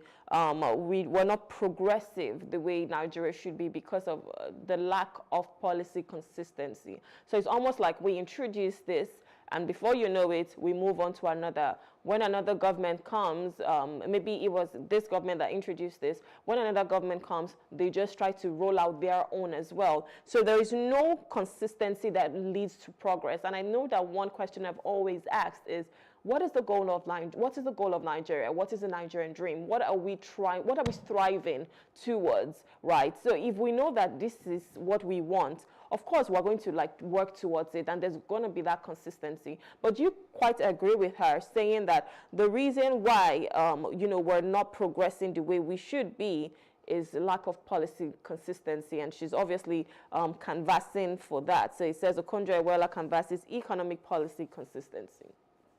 Yeah, it's true. And this is one of the things that we have been advocating for long. One of my areas is policy, public policy, and we studied it, and one of the major problems that we identify with Nigerian policy is inconsistency. One, if you have a change of government, okay, no matter how good, how beautiful the policies of the previous government is, the incoming government will abandon it and start afresh. And secondly, even the same government if it goes over time, you see policy inconsistency. Today they will say something, tomorrow they will say another thing. Look at what is happening now. People, if you look closer, you see the inconsistency. One of the policies of this government is to attract foreign investment, okay? And common sense tell you that investors do not come in an insecure place. Investors do not come in a very corrupt place. Investors do not come where the cost of production is very high. Investors do not come where there is over-taxation and this thing. And so as a result of these things, instead of investors to come, we see investors, the already existing one, are migrating out of this. So the inconsistency of the policy is such that the government will say one thing on one hand and it will say another on the other. Or today, we have something like, take this issue of petroleum subsidy. The government came out and said that they have removed subsidy, and some agencies of the government are saying the government is paying the subsidy or is subsidizing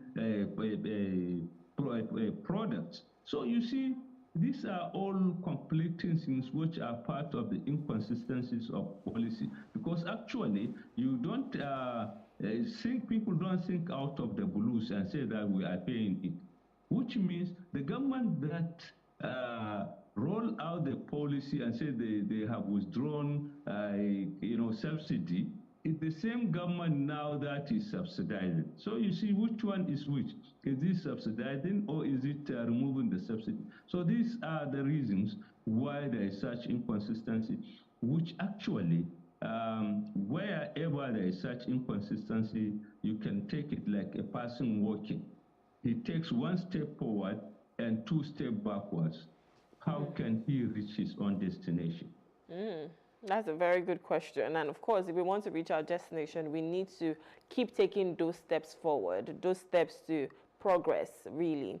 All right, let's move over to the Business NG, and this is more into the finance sector. So the Business NG leads with banking public offers. Wait 5 years for returns, experts tell investors.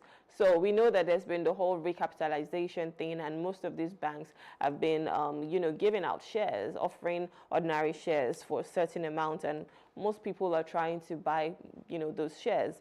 But 5 years for returns, I think I saw on social media last week, and someone was just talking about how if you had, if you bought shares for X amount of money, maybe like 10 years ago, as of right now, it's probably worth next to nothing. So if we're looking at our current, our current economy, right, and what the rate is like right now, do you think in 5 years people will actually even get return on investment, or rather there will just be a decline in whatever they've invested in the first place? Yeah, you see the rate our economy is going. I don't think in 5 years people will make any gain. In fact, if they take it cumulatively, they will see that they have terribly lost, because the value of what you invest now and what is going to happen in the next 5 years, even in 1 year. Now, let me give you a short story about this. I remember here in our university at one time, one of the bursars, went to this idea, and he invested the university monies in terms of, buying shares in the banks. And it collapsed. I think what he put in there, by the time they come to assess, it was less than 10% of the value of what has been invested. Oh, wow. So I think this is what is going to happen. Yeah, what is going to happen? Look at how inflation is going. Look at how the Naira is going down. And do you expect when you put your money there and make money, gain? When a Naira was about 600, when a dollar was about 600 and something Naira, Now, assuming it is that one, it's a very simple arithmetic. You invest, let's say it was worth $100, and now that the Naira is about 1,600, how do you get? It means you have already lost the value that you have has already lost, been devalued. So that is why people now who are wiser, instead of, going into this area, some of them go into estates. Okay, they buy land, they buy properties. So that, what they sell them, that one, the value is that even if the Naira they crash, it is going to be the same value when you are going to sell it. So that, you see, this is what we are saying at the other time, a little while ago. That is part of the policy inconsistencies. So that is why we cannot go anywhere with that one. Even if they allow it 10 years, at this rate, I think people will not get any return. In fact, they will lose so heavily by investing.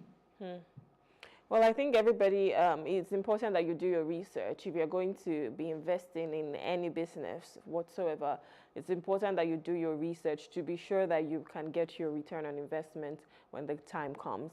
All right, we'll take this final story on the Business NG. It says inflation, low patronage threaten Nigerian businesses. So, of course, most businesses now are crumbling because of the economy, and we're seeing inflation. Most people do not even have the spending power anymore. I don't think most people even just go out to say, I want to have a good time or I want to eat, because now you're calculating the money that you have, the bills that you have to pay, and you have to be strategic with how you spend your money. So looking at this and how Nigerian business are, faring at the moment, what do you think we need to do with our economy to ensure that people now start to flourish the way they used to and start to patronize these businesses? Yeah, you see, we have to go back, even though the government is still taking the capitalist approach to the system, but I think they have to go back to the issue of addressing inflation, which is one of the leading economics in the capitalist area, said, okay, that inflation is the most dangerous threat to economic growth. And this is where we are. And the government should address these things by, I keep on saying it, retract its own policies. Okay? Already we know what causes these things. So why can't we look at the other way? That is what public policy is all about. That when you set out to make a policy, the initial policy, you give a time when you evaluate, your own policies, and then you take active measures based on the outcome of your policies. And there are three ways by which you do it. One, if the policy is on ground, on course, and it's positive, you continue with it. Two, if the policy is not yielding the result, is giving you negative result, you have two other options. Either you modify the policy or you abandon it totally and take another course. And the government, we have so many experts in the government, and these are basic things, but we keep on denying. Okay, and look at the effect of inflation on everything. We have just talked about, buying shares. People who don't have the purchasing power to buy it. We are talking of food insecurity. People don't have power to buy it. We are talking of insecurity in the country, and so many things which you generate as a result of this high cost of living. So the government should take that one, create a necessary conducive environment by which it can address inflation. And then if it address inflation and insecurity, and the issue of poverty, the issue of hunger, the issue of this thing could be directly addressed. All right, I think this is a good way to wrap it up here. Thank you so much, sir, for coming. Thank you for always spending your Mondays with me reviewing the papers. Thank you. Thank you for having me. Yes, sir. Have a nice day. All right, we're speaking with Professor Kamilu Sani Fage. He's from the Department of Political Science, Bayero University, joining us from Kano. And we've just been taking the global stories that made it to the headlines this morning. We'll go on a short break. When we return, we'll be talking about DSS detention of justice sparks freedom concerns. Please stay with us.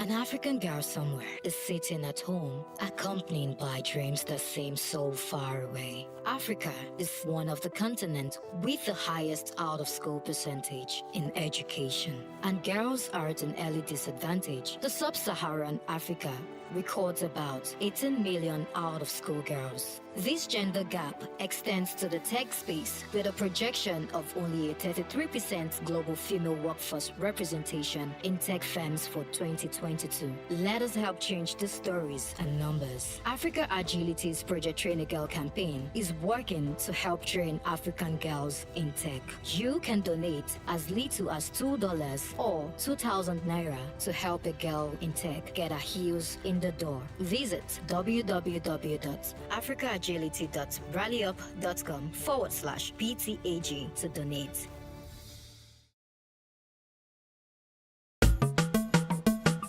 ICA Designs is a fashion accessory label that specializes in the design and creation of handcrafted bags and footwear. I knew I was going to do something in fashion. I didn't know what exactly it was going to be, but I knew I would be in fashion. If it used to be the cleaner in fashion, whatever, but I have to be in fashion. When we started off with just strictly bag making. But then you get people say, oh, can I get a matching shoe? And then over time, people say, oh, I would like to give my boyfriend a wallet, but I want it with Ankara or something. So over time, we had to listen to our customers and infuse their ideas into our brand. Okay, we wanted something with the African touch, with the Nigerian feel. We make leather bags. Well, if I'm making a leather bag and I put it in a store, if you don't know Hesse Designs is Nigerian, you probably think it's a foreign bag. So what's the point of promoting something that is not, if you look at, you can't link it to Africa, you can't link it to Nigeria. Wanted something to promote Africa, wanted something to promote Nigeria. We also want to empower our artisans here. So that's why we keep our content local, raw materials local, production local. We still get a lot of people from around the world ordering from our website. So I believe it's because of what we've built, the brand we've built over time that still speaks for us. In the last 3 years, we've done over 10,000 items. We've sold over 10,000 items to both corporate clients, retail clients, and wholesale clients. Increase the reach of your events or business services.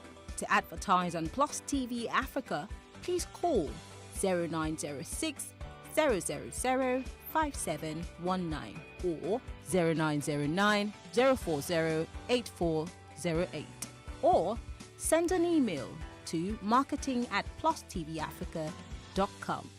Plus TV Africa. Big stories live here.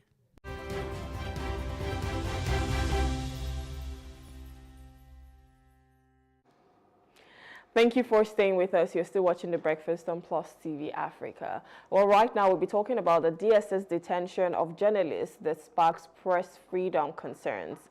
Now, the Department of State Services, DSS, has released Adejuwon Soyinka, a former editor of the BBC Pidgin service, after detaining him for several hours at the Murtala Mohammed International Airport in Lagos. The reason for his detention, Yemi Saka is a public affairs analyst and PR consultant. Good morning. Thank you for joining us. Good morning. Good morning. All right. So, okay, I think let me just begin like this. We're seeing journalists being arrested, right? We don't know why, but there's just something. Do you really think this is an attack on the freedom, the press freedom right now, making sure that maybe we're just shutting them up, making sure that they're scared to even say anything in the first place? Well, there's a proverb or a saying in Yoruba. I'll probably say that I'll try and come up with a translation, with either a literal translation. Okay. That's the executioner will never allow you to move the sword or something or cutlass behind him over his head. Everybody knows, is a common knowledge, is how heavily invested the president is into media. He has a print organization, he has a a media house, a TV house, and we know the impact and the influence and the effect of media, and strong influence of media on perception management and creation of perception and what have you. So this is a man that knows the enormous power the media wields when it comes to shaping events or probably changing people's mind about events in any society. So it is safe to say this is Mr. President trying to safeguard either whatever his establishment or investment has done to previous, either persons or administration. This is just being audacious with my analysis. But moving forward, I don't think there's something called Press Attack Tracker, monitored by Premium Times. I'm not giving free adverts, but I just have to give them the credit. And from May 29 till May 29, 2023 to May 29, 2024, it has recorded 37 incidents involving on crackdown on journalists of free press. And to look at the resume and the credentials of President Bola Ahmed Tinubu that was bandied around from 1999 till date, how he financed or bankrolled Nadeco, how Nadeco was also the brain behind Radio Kudirat, how they fought the junta of General Abacha to a standstill, the Bayon Onuga, how everybody kept celebrating him because of the role he played in the media that fought Abacha. You probably now be asking yourself what is happening. And I don't think if this is just a year into the life of this administration, or just let's say 16 months into the life of this administration, what should we now be expecting in 4 years? And there's no democracy if there's no free press. And for a man that claimed, because he claimed it as the father of all Democrats, and under his watch such a thing is happening, I think we should start doubting his credentials and his claims to be the father of all Democrats. Maybe he was never democratic from day one. Maybe he's just been a dictator. And that's what most of them have been since 1999. Maybe he's just a dictator in Agbada. That's it. Okay, so do you think that this, in a way, because there should be some level of constitutional rights. I mean, it's even just part of your human right to have freedom of speech in the first place. And as a journalist, what you're doing is amplifying, expressions, things that are happening. You're putting them out in record time. You're letting people know, giving them information. So isn't this against the constitutional rights for journalists? Because they should be able to have that freedom of expression at every given point, whether they are for or against. So if something like this is happening, isn't this a constitutional breach? No, I think it is, but I think there's a need for us to, I can't say dismantle the DSS, but I think there's a need for us to dismantle the orientation of the DSS. I don't think the FBI in the United States will probably arrest anybody without putting out a notice that, yes, we've arrested this person. But in Nigeria, you see probably the DSS hounding somebody, taking the person like a kidnapper. At the point you are not even sure, is it the DSS or is it the kidnappers or something? And the guy might probably be incommunicado for like weeks before the DSS now says he's returned, or even release the person without any form of apology, without any form of litigation, and without any form of consequences for the actions or inactions of the DSS. So these are things you look at and you probably have to tell yourself, there's a need for us to question how DSS operate things. There's a need for us to bring DSS, to the table and everything, and you just ask yourself things like that. I know that there's... But it's important. Yeah. The DSS needs to respect the rights of people. The DSS, and just like in any kind of dealing with crime or insecurity or what have you, you need the media. You need to talk to Nigerians. You need to inform us what is happening. And on the flip side, is an indictment on the present administration. It doesn't speak well. It's going to impact on our foreign policy as well. Because you've now been termed as the sit-side dictator, like what we have in across Africa. which brings another interest, another, move to do one thing or the other. I think people should look beyond their space when taking actions and look at the consequences of those things and multiply effects of those actions, not just about the administration, the country, the economy. What if with the rising is what do we have now? Economic hardship. Can we deal with sanctions? Well, it might get to the stage there might be sanctions on Nigeria just to press for press freedom in democracy. Do we have to get to that stage? I quite agree with you because, I mean, people are watching, people from other countries, and they definitely know how you rule the affairs of your country. So if they see this, and we're saying we definitely need foreign investors, I'm not sure how that is going to pan out. But I think let's really dwell on freedom of expression here. For these journalists, I mean, people who have been arrested and others that haven't been, because there might just still be that fear lingering. I don't know if I would be next. How do you think this impacts their lives, especially when it comes to maybe doing some investigative journalism on sensitive issues or sensitive topics, maybe things that would pinch the government or something like that? How do you think this would even impact that? And maybe some of them will say, I'd rather not because I want to save myself. What do you think would happen to journalism as a whole in Nigeria if things like this keeps happening, if people keep getting arrested just because of the profession that they chose? You see, it's going to be very sad that this present administration is taking to take us back to an era where people will now start pushing out assumptions as true, just because everything will fly under the guise of attack on free press. And once that enterprise comes, we lose a lot of Nigerians when it comes to brain drain, because everybody will just come up with a story. And ask you, let's get serious. It's extreme silliness on the part of the government and the DSS. When after you've made so much arrest and these people are not charged to court for sedition, for libel and what have you. So you arrest them to do what? To hound them into silence or what? Because for me, the only thing and the only reason I probably want to reason with the DSS is if at the end of such arrest, the person is having his day in court for either misinforming the public, promoting falsehood, like causing libel or someone or whatever. But in the absence of all this, then what are you telling Nigerians? What is there for the optics? The optics is not that, yes, it's not as if those guys' stories were false. It's just that you don't want it. You felt infuriated that the truth is out there. So I think information managers and whatsoever need to get themselves together and tell themselves the bitter truth. There are two ways to confront what is happening in Nigeria. Either the government sits up and start doing the right thing, or start facing the consequences of the mess that these people are pushing out, and come with a counter narrative or a better and intelligent explanations. Not arming people down with the DSS.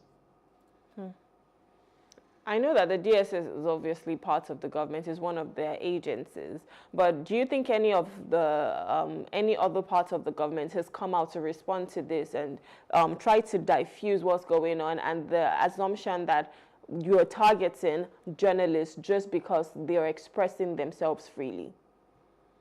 No, I will say this, and it's all sense of modesty and respect to Nigerians, and it's all sense of duty to the country. I think the presidency the presidency now as an institution, and many of its information managers assume that Nigerians are under their hypnosis, They think they've hypnotized everyone, and whatever they do, they can get away with it. Whatever they say, it won't be questioned or it won't be interrogated. So they still have that air of arrogance around them that, yes, Nigerians are hypnotized, Nigerians are under their spell. But even we've seen from the stories of Cinderella, Beauty and the Beast, Sleeping Beauty and what have you, there's always an end to behold somebody by spell. So it's just a function of time. All right, so I was going to ask, what role do you think the judiciary, because at the end of the day, if you're being suppressed, you definitely want someone to be able to speak for you.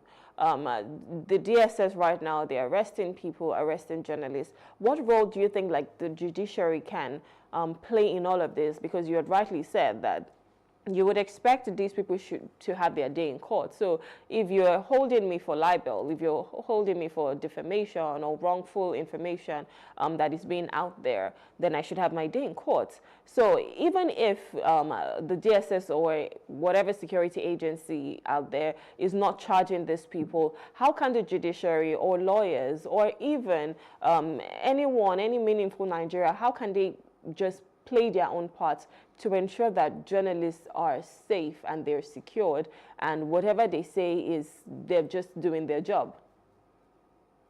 You know, when you asked about the judiciary, I was laughing, and I'll tell you why. I'm not trying to impugn on the integrity of the bench and also of the bar. The bench is the judiciary, the judges and what have you. The bar is the practicing lawyers. But it's the courts. And I must put it out there, the court is not a bazaar organization that just give you judgments or judicial pronouncements if you don't come to the court. One, they give their judge expectedly and to give their judgments or pronouncement based on facts put forward to them. But we've seen the judiciary over time in the last 16, 18 years, thereabout. Let's say, yeah, there's always been the question of the integrity of the bench since whenever. But since 2015, that APC got into power, we saw judiciary becoming something else. And this is not me being partisan. This is not being, being selective, because I said there's always been a cast on the integrity of the judiciary for a very long time. But you ask yourself a simple thing. The owners of judges were invaded by DSS. Nothing happened to the DSS. So even the judiciary, the judges that were hounded did not even go to court. Whenever I think were so hounded, not so that they couldn't go to court. That is one. So what do you expect from a judiciary that has been attacked by this same institution and nothing happened? Judiciary folded its arms when DSS operatives invaded the court to even try to arrest Shiwere again at some point in the course of his trial. Such recklessness was not sanctioned by the judiciary. I think there's someday, hopefully one day, I probably might be a member of the bar, not of the bench, because I think I'm out of age, but of the bar Sunday. I think there are some cases some of us would like to play with. We really need to start questioning the existence of the DSS based on how it came into being. And if we start interrogating it, and if there's a fear of the judiciary can also exercise a bit of restraint or control over you, I think everything will work. And I think for me, I've always been pushing for this. I think if we want these DSS to really function and be independent and answerable to the rule of law, I think there's a need for us to now move through legislative means to control the DSS and some other agencies under the judiciary. Okay, so speaking about the judiciary is one thing, but I'm sure most of these journalists, they are a part of an organization. So we have the Nigerian Union of Journalists, we have the Nigerian Guild of Editors. So these organizations, how are they protecting journalists? What are they doing to ensure that these journalists, they can uphold the press freedom? How can they ensure that journalists are just safe and nobody is attacking them, or nobody is, witch hunting them? Because right now it just seems like a witch hunt. Well, I think that it's up for the journalist that feels slighted or insulted or abused, dehumanized, to first go to court to realize that, you see, if you don't treat yourself with dignity and carry yourself with dignity, nobody will. Even if my organization that I work for is reluctant in pressing charges, and I want to press charges just because I feel I should be treated like a human being, I think once they start doing that, the DSS is slammed with many, many suits. I think they will sit tight and they will probably have a redirection of approach to issues. Yeah, but that's just for one person. What if I do not even have the connection? Or what if I don't have the means? You don't need to have the connection to go to court. You don't have to. You just But have in to Nigeria that we're in now, of course, if I'm going to go to court, I need to pay fees to the lawyer. There's just a lot that goes in the mix. So shouldn't a body also help with that, ensuring your safety? There's the International Press Association, I think IP or something in Nigeria. I think they have an office somewhere in Oba. I think they do that a lot. The NUJ, like you said, so it goes from, you see, the problem with getting justice for demonized journalists and what have you is the quest or the insatiable quest for patronage of public office holders by media organizations and journalists. So sometimes, it's saying you about after eating plantain, you can't be truthful or objective. So. Wow, that is such a saying. Okay, but we're talking about freedom, press freedom. What is the way that you think the government can even help the media? Because you already said earlier on that they need the media. Because if you're going to address people, if you're going to talk to your citizens, you obviously need the media to be able to amplify whatever you're saying. So how do you think the government should be working in tandem with the media right now, with these journalists? Shouldn't they be saying, oh, we want to help you, regardless of where you stand, whether it's for us or against us? And of course, if you're against us, it's not because you want to be against us, it's because you're just trying to speak the truth and you're trying to ensure that we're doing the best for Nigeria. So shouldn't they be working with the journalists to say how best can we even help you to ensure that we're all working together for a common goal, which is the prosperity, the progress and transformation of Nigeria? Well, it's a very simple thing, and that's the government pushing out intelligence conversations that doesn't make an average Nigerian feel like you're taking me for a ride, and won't cause a further probe of stories and cause embarrassment to the government. The government should also know that it is not infallible. Whatever the people say, they demand answers, and they should be accorded the respect to be given, the right of reply. They exercise the right of reply, to be rightly informed, and treated with respect and dignity. That's what just an average individual anybody wants across the country, across the globe. So what, talking about the government now, what policy changes, what legal framework do you think there should be that's probably not there right now to ensure that journalists, not even just journalists, to ensure that everybody is protected, because there should be freedom of speech. And if I'm going to be detained because I'm expressing something, then that means you're coming for me just because of my own thoughts, just because of my own opinion. And it shouldn't be like that, because it's a fundamental human right for me to have that freedom of expression. So how do you think everybody can work together, even with the international community as well? We can all work together to ensure that everybody is protected when it comes to press freedom and when it comes to freedom of expression. Well, it's a very simple thing. I've said one. I think there's a need for the DSS to be transferred or to be transferred to the judiciary. I think we need to start making it a law, an enforceable law. And you see, until cases get thrown out, even on its, even with so much of its merit and of its merit, but because of bad policing and what have you, then we tend to now start enforcing or probably engendering the right attitude and that right approach by and by so doing, everybody now have that sense of protection. And it's very simple. Once you don't reach anybody's right to him, but at him or her at the point of arrest, there is no case. By the time police start losing it, DSS starts losing such cases, I think they will now start telling themselves that no, they've lost it. So they will be constrained and they will be, restrained from carrying out excessive, abuse and arrest, and will now be professional about it. Because if you get to court and like, were you reading your rights? No. Did you give a statement present? Did you have an access to your lawyer? No, I didn't have access to my lawyer until after 48 hours. There's no case. And for the first 6 months, based on the violation of fundamental human rights charges, countersuit, your case is thrown out and you guys are awarded damages. I think those guys will start, will sit up and start doing things the right way. Well, we hope that they do sit up, because my final question is going to be about our international reputation.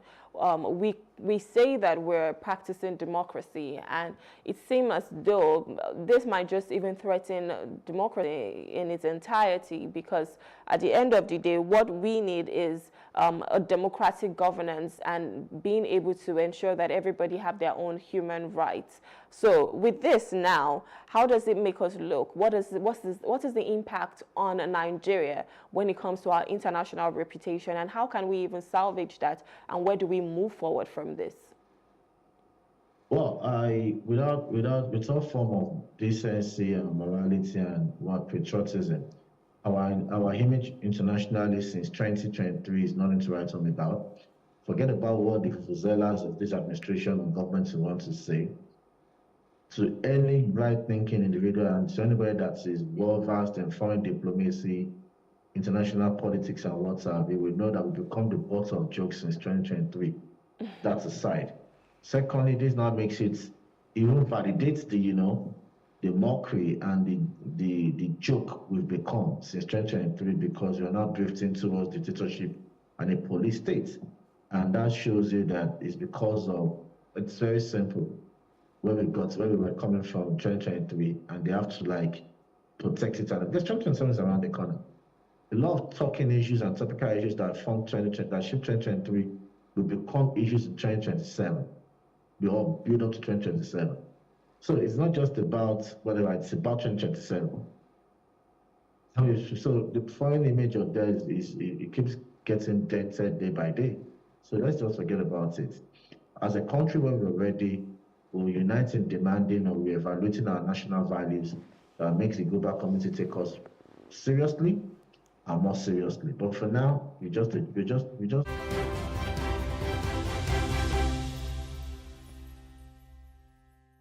At Access Holdings, we are heading into the next phase of our evolution, and with our rights issue, you get an increased stake in it. The Access Holdings rights issue is still open till 23rd August. You can get your share of over 17 billion shares at 19.75 Naira per share. That's one new ordinary share to every 2 shares held. Visit theaccesscorporation.com to subscribe. Access Holdings, where financial solutions connect the world.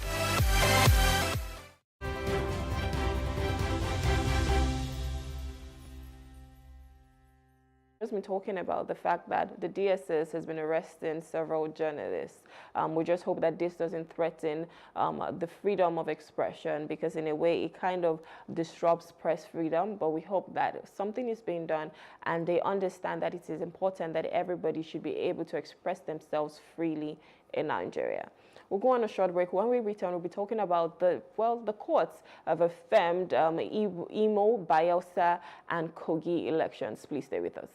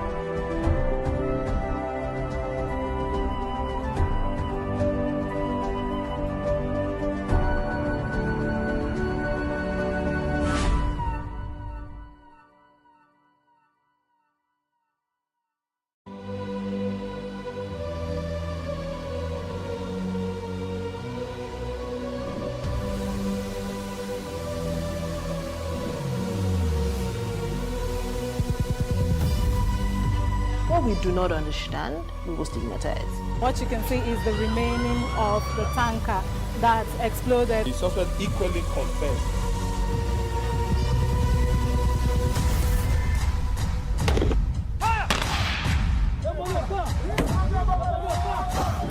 A 500 naira they collect them. If you no talk, they go beat you. Now 2,500 they pay.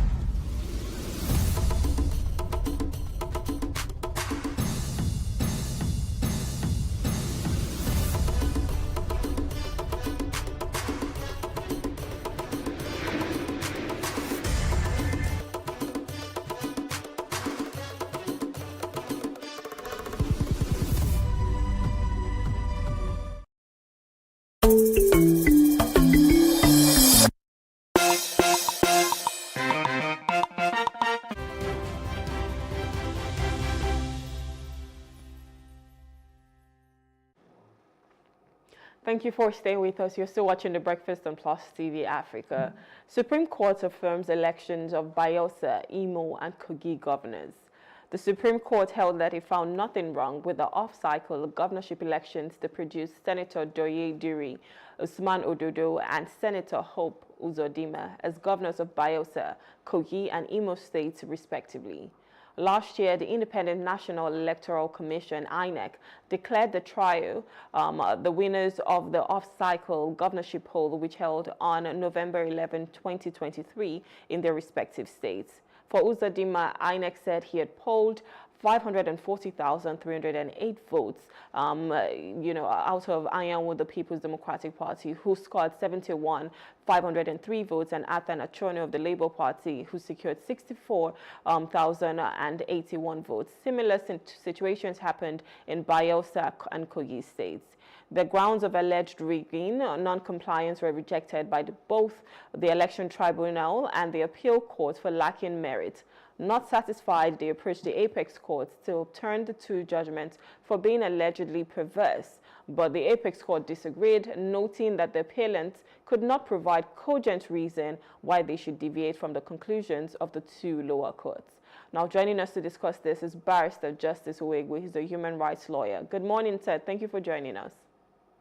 Good morning. It's my pleasure once more. Yes.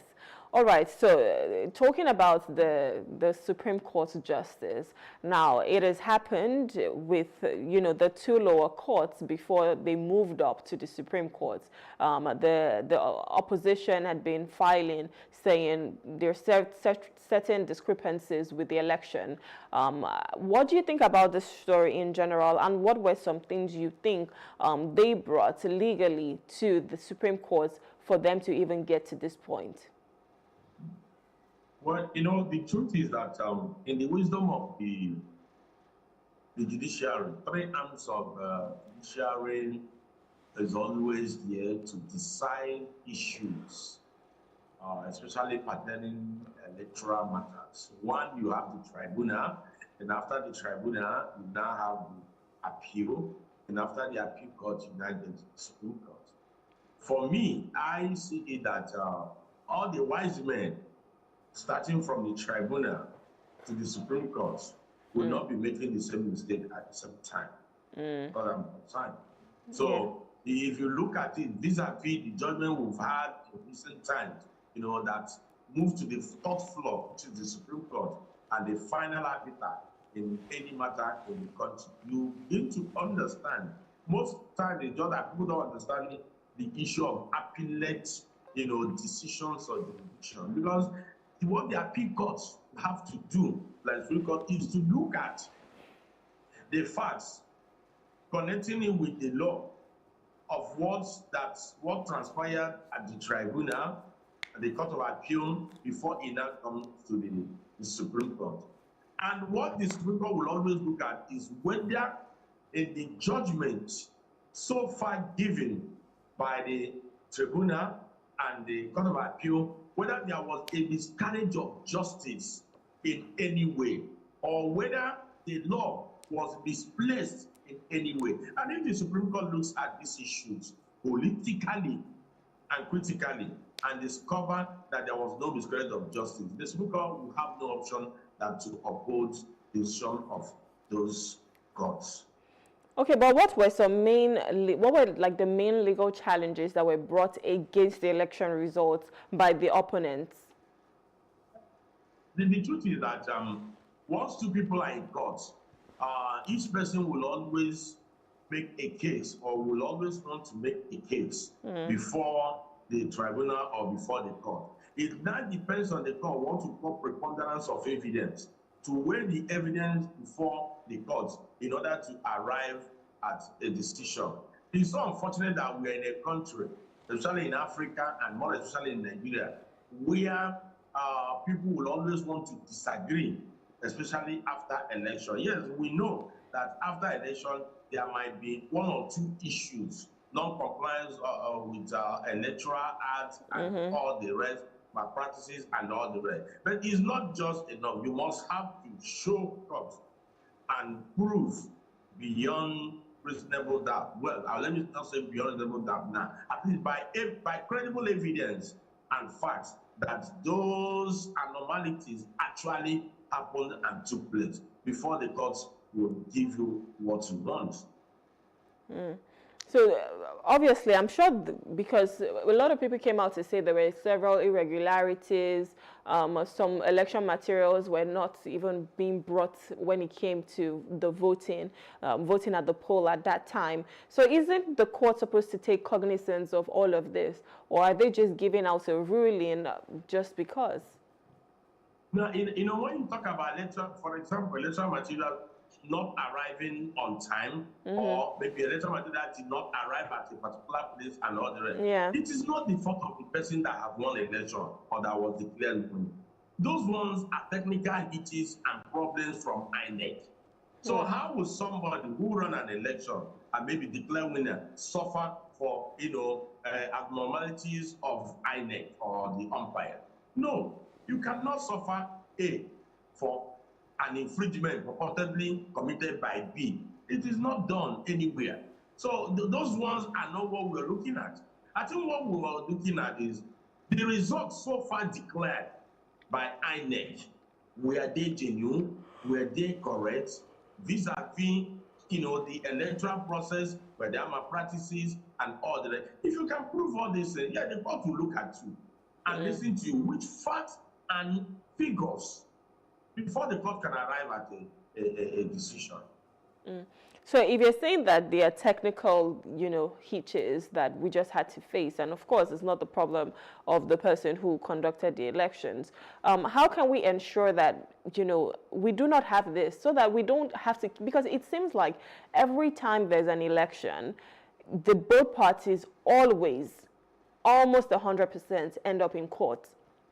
And it seems like it's the court that is always now having to declare who the winner is. So isn't this now the job of INEC to ensure that there are no irregularities, that the election materials get there in time, there is no election malpractices, just to ensure that they conduct a free and fair election, so that this doesn't always end up in court the way we've seen in the past few years now? See, that's the point I was trying to make, or making. The truth there is this. It is the sole responsibility of INEC to make sure that at least on their own part, they do the needful by making sure that electoral materials arrive on time, technicalities are taken care of, at least to a minimal period. Let me tell you the truth. There is nowhere all over the world today, even in America, that election will be 100% correct. It's not possible. We are human beings. There are issues, there are technical issues, which is even human error in everything you do in life. We're not God, but what we are saying here is that let INEC, at least to an extent, do what it's supposed to do. Then leave the masses. But let me also tell you one thing. That this mentality we have in this side of the world, especially in Nigeria. You see somebody after election and your opponent will congratulate you. The same opponent that congratulates you will still go to court. So, we don't have that spirit of sportsmanship as far as I'm concerned. To me, it's not a do or die affair. Today, I might be running for an election. If peradventure something happened and it did not go my way, and I look at it very, very well critically and discover that, well, there is no need for rancor, I will definitely come down. Except if there are fundamental issues, mark my word, fundamental issues or fundamental breaches that could, make me to say, no, this thing shouldn't go this way. And those fundamental issues are anything that will make me not to accept are things we must correct so that it will not happen again. I don't know whether you understand. So, talking about technicalities, mistakes from INEC, the umpire, the government, and all the rest, I mean, it should not be the business of the contestant, of people who are running for an election. Because already, like we used to say, INEC is saddled with responsibility, and they should be fully prepared at any given time. I think I quite agree with you when it comes to sportsmanship. I think it's important that even if you don't win, it's okay. You can go again, right? And that's something that a lot of people commended the former president, Goodluck Jonathan, for, because what he did was, he conceded and said, you know what, I don't think I want this, and I'm just going to go out of the way. And that's how it should be, because if you're not really seeing so many irregularities, like you said, maybe when it comes to malpractices, rigging, outright rigging, then there is no need to keep going to the court, because it seems like most people now, they just feel, yes, I'm sure there are irregularities, I still want to go to the courts to try my luck. But let's talk about this decision by the Supreme Court right now. Do you think this would strengthen, or it might even weaken the electoral integrity for Nigeria? Because a lot of times, like I said, people are always ending in court. So in fact, I think there's a saying, if you disagree with me, go to court. So how do you think this helps the electoral integrity right now when everybody keeps going to the courts? No, in the first place, if you do not go to court, where will you go? Are you going to resort to self-help? Or are you going to fight? Are you going to do what? Or are we going to resort to jungle justice? The answer is no. Of course not.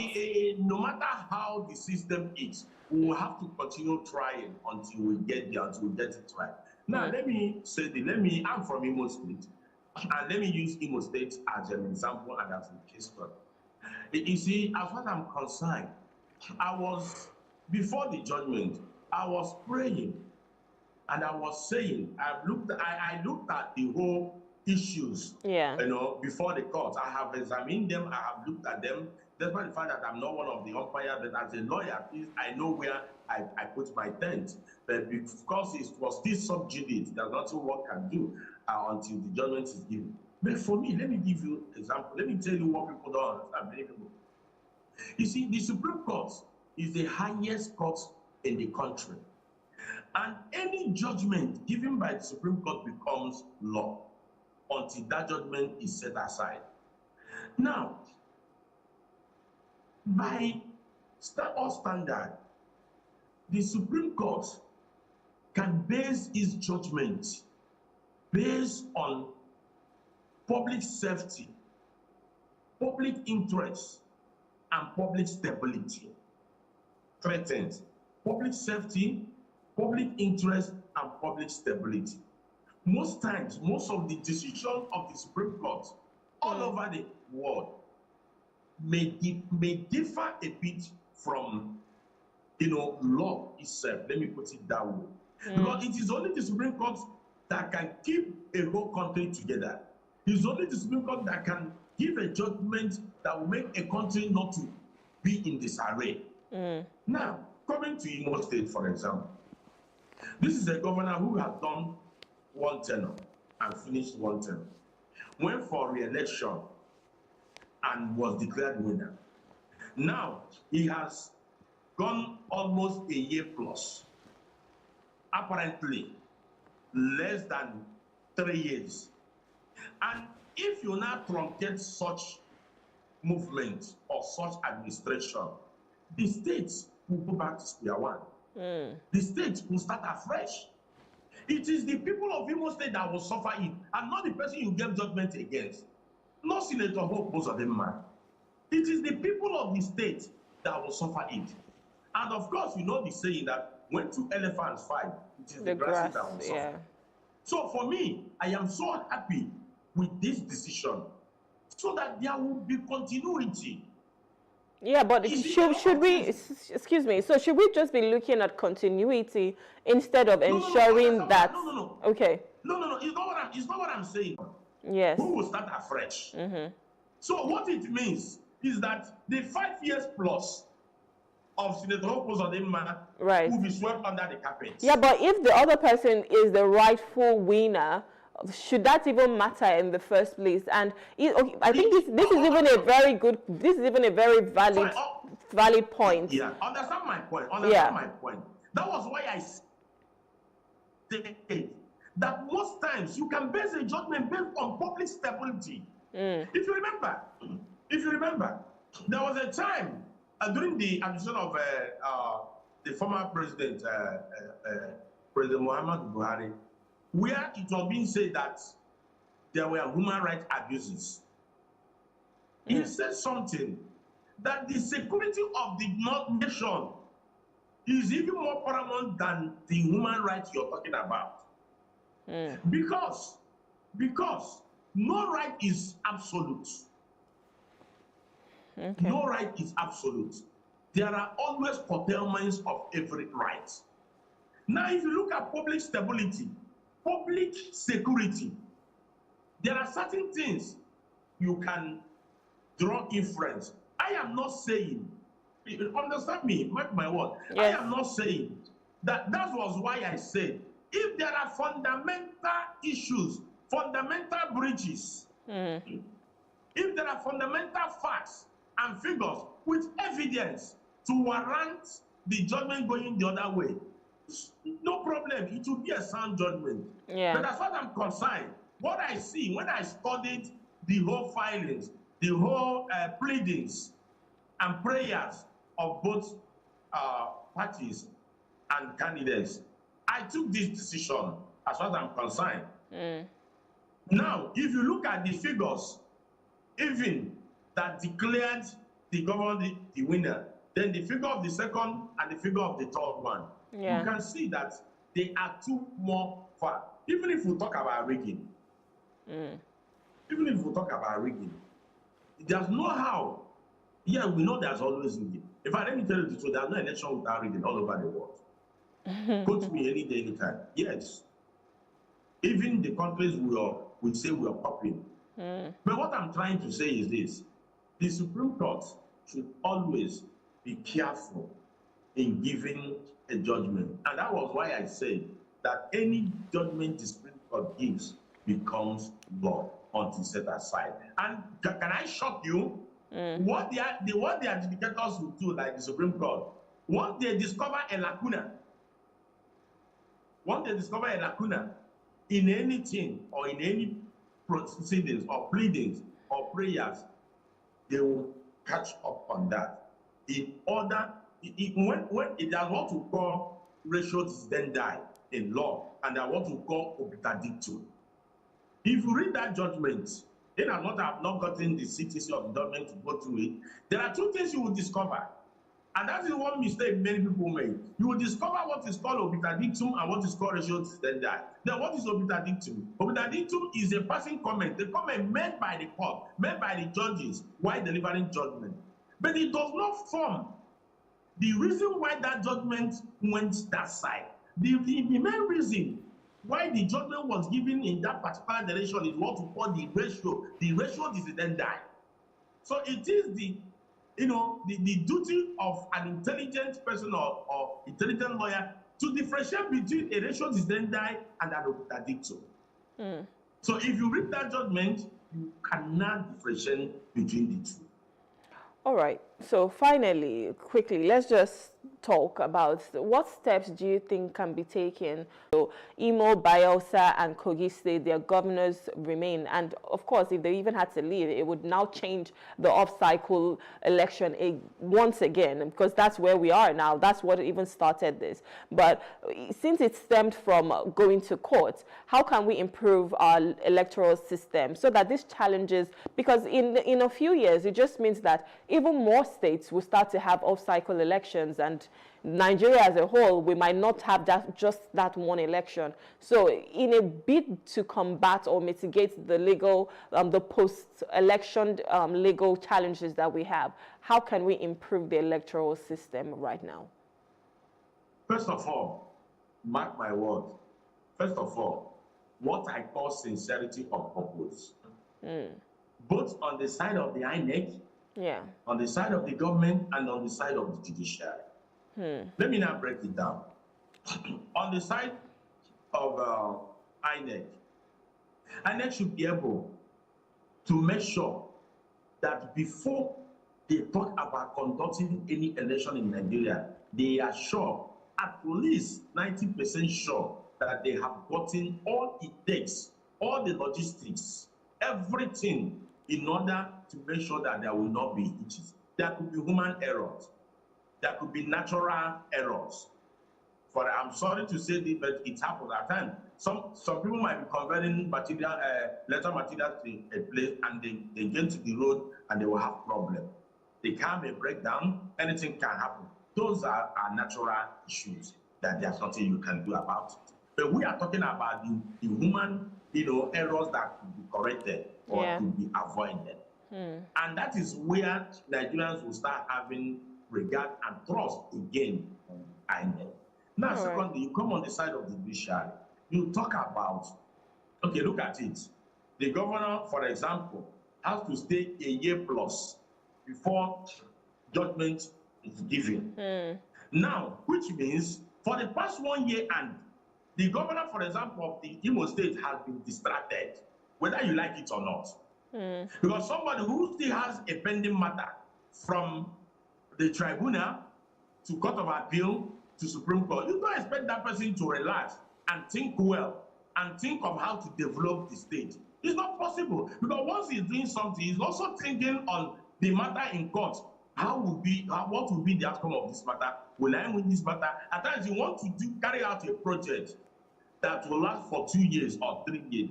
You will not say, what if this will remove me? Let me wait.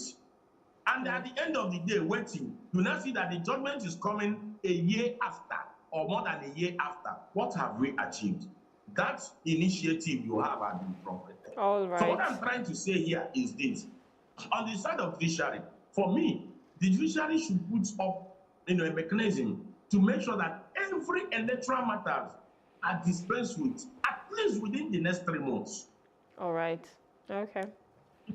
Even to Supreme Court within the next 3 months, so that whoever that is there will can concentrate and do his job. Exactly. That is the thing. All right. Thank you so on the side much. of the government. Okay. The government should also do the same. Provide an enabling environment for every political parties and all the rest, so that there will be internal democracy. All right. Thank you so much, sir. I think that is so apt. It's important that everybody who was a key player to this get to do their bid, just to ensure that we have a good electoral process in Nigeria, and everybody even feels seen and heard, and it's not just even the opposition or the person who won. Everybody and the state, the citizens, the people, they do not feel neglected. This is where we have to wrap it up here. Thank you so much, Barrister Justice, for coming and having a conversation with me on this. Thank you. Thank you very much. All right. Have a nice day. I'm speaking with Barrister Justice Wig, who is a human rights lawyer, and we've just been discussing the fact that the Supreme Court has affirmed the governors of Imo, Bayelsa, and Kogi states as the winners of the election, the off-cycle elections.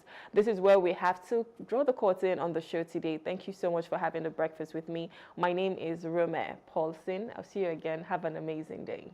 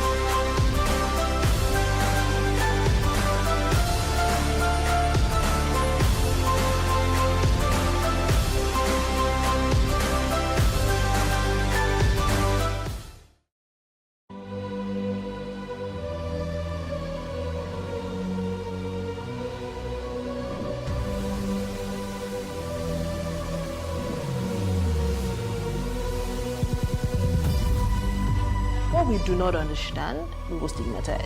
What you can see is the remaining of the tanker that exploded. The suspect equally confessed.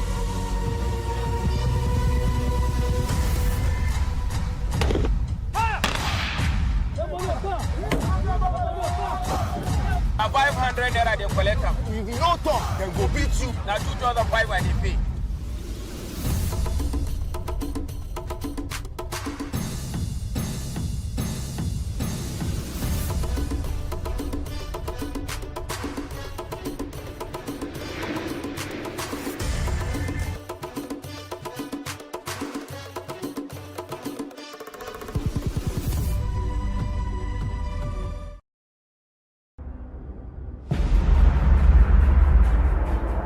Comic Republic is a Nigerian startup where we tell African stories. We push the African narrative forward through a traditional art form that is popular all around the world, which is comic books.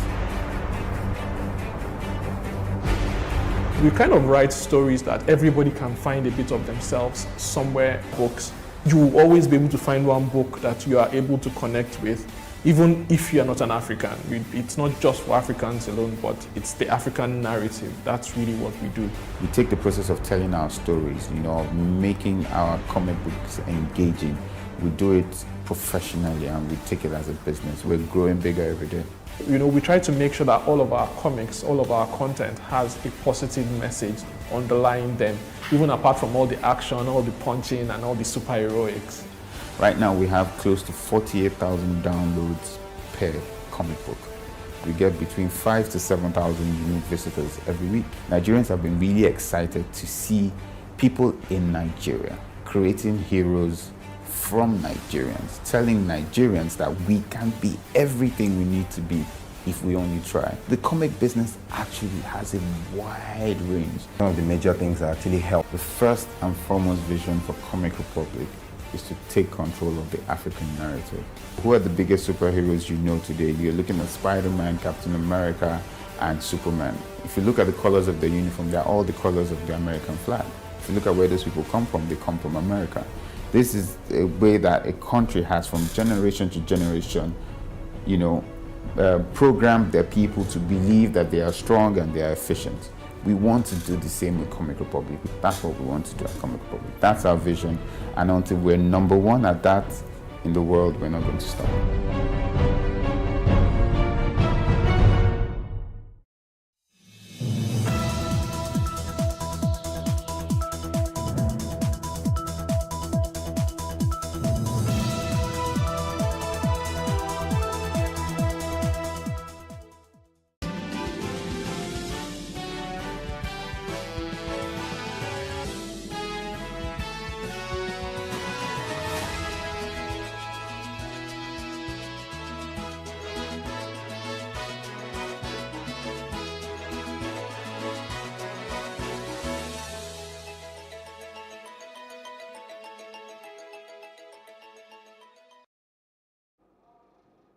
Hello and welcome. I am Justin Akadonyi and this is the news brief on Plus TV Africa. The Federal Capital Territory Police Command has confirmed that 2 officers have been killed and 3 others currently unconscious following an attack by members of the proscribed Islamic Movement of Nigeria, also known as Shiite. According to reports, the Islamic group launched an attack on Nigeria Police Force personnel at the Wuse Junction traffic light on Sunday. In a statement, the police public relations officer, SP Josephine, decided to come out en masse to attack the policemen. You people saw them, you saw their dead bodies, and killed brutally. 2 of them are already dead. 4, including the woman police, is unconscious, all of them, with different injuries they inflicted on them. Some with different, some gun, some cutlass, some to kill policemen on uniform. So I just decided to say, for the fact they are not provoked, they did it willingly because they have agreed to attack security agencies and for no just cause. So I want to tell them and assure them that for the fact they have started this war unprovoked, we are going to hunt them. We cannot leave it to go like that. We are going to hunt them, no matter where they are. I assure them very well that we are going to hunt them. Because the families of the policemen they have killed, look at them crying, for no just cause. If we have killed any of them, it would have been a different thing. Or if we have attacked them, it would have been a different thing. They would have said, Igwe did this and Igwe did that. But today, they have willingly, with impunity, attacked policemen and killed them without provocation. Meanwhile, the Islamic Movement of Nigeria, commonly known as the Shiite, has alleged that the Nigerian police attacked their peaceful Al-Ba'in symbolic track in Wuse, Abuja, killing and injuring many of the mourners. Now, the Shiite had been holding the Al-Ba'in work, a ceremonial trek marking the end of a 40-day mourning period for Imam Hussein, the grandson of Prophet Muhammad. In a statement on Sunday, the movement, represented by Sheikh Sidi Sokoto and leader Ibrahim El-Zakzaki, said the walk held the previous day in Massacre in Juba had been peaceful and successful. However, they reported that the Wuse event was violently disrupted by the police, leading to casualties. Now, the Southern Kaduna People's Union Sukapu has condemned the abduction of the district head of Garu Kurama and 6 other members of the Guzan Kurama community in Karu local government area of Kaduna State. In a statement, Sukapu's public relations officer, Josiah Yusuf Abrax, named the district head Iliya Yakubu, Nehemiah Tanko, Thomas Tanko, Yakubu Jadi's daughter, and the Catholic catechist of the community. Now, Sukapu described the incident as unfortunate, alarming, and worrisome. The forum called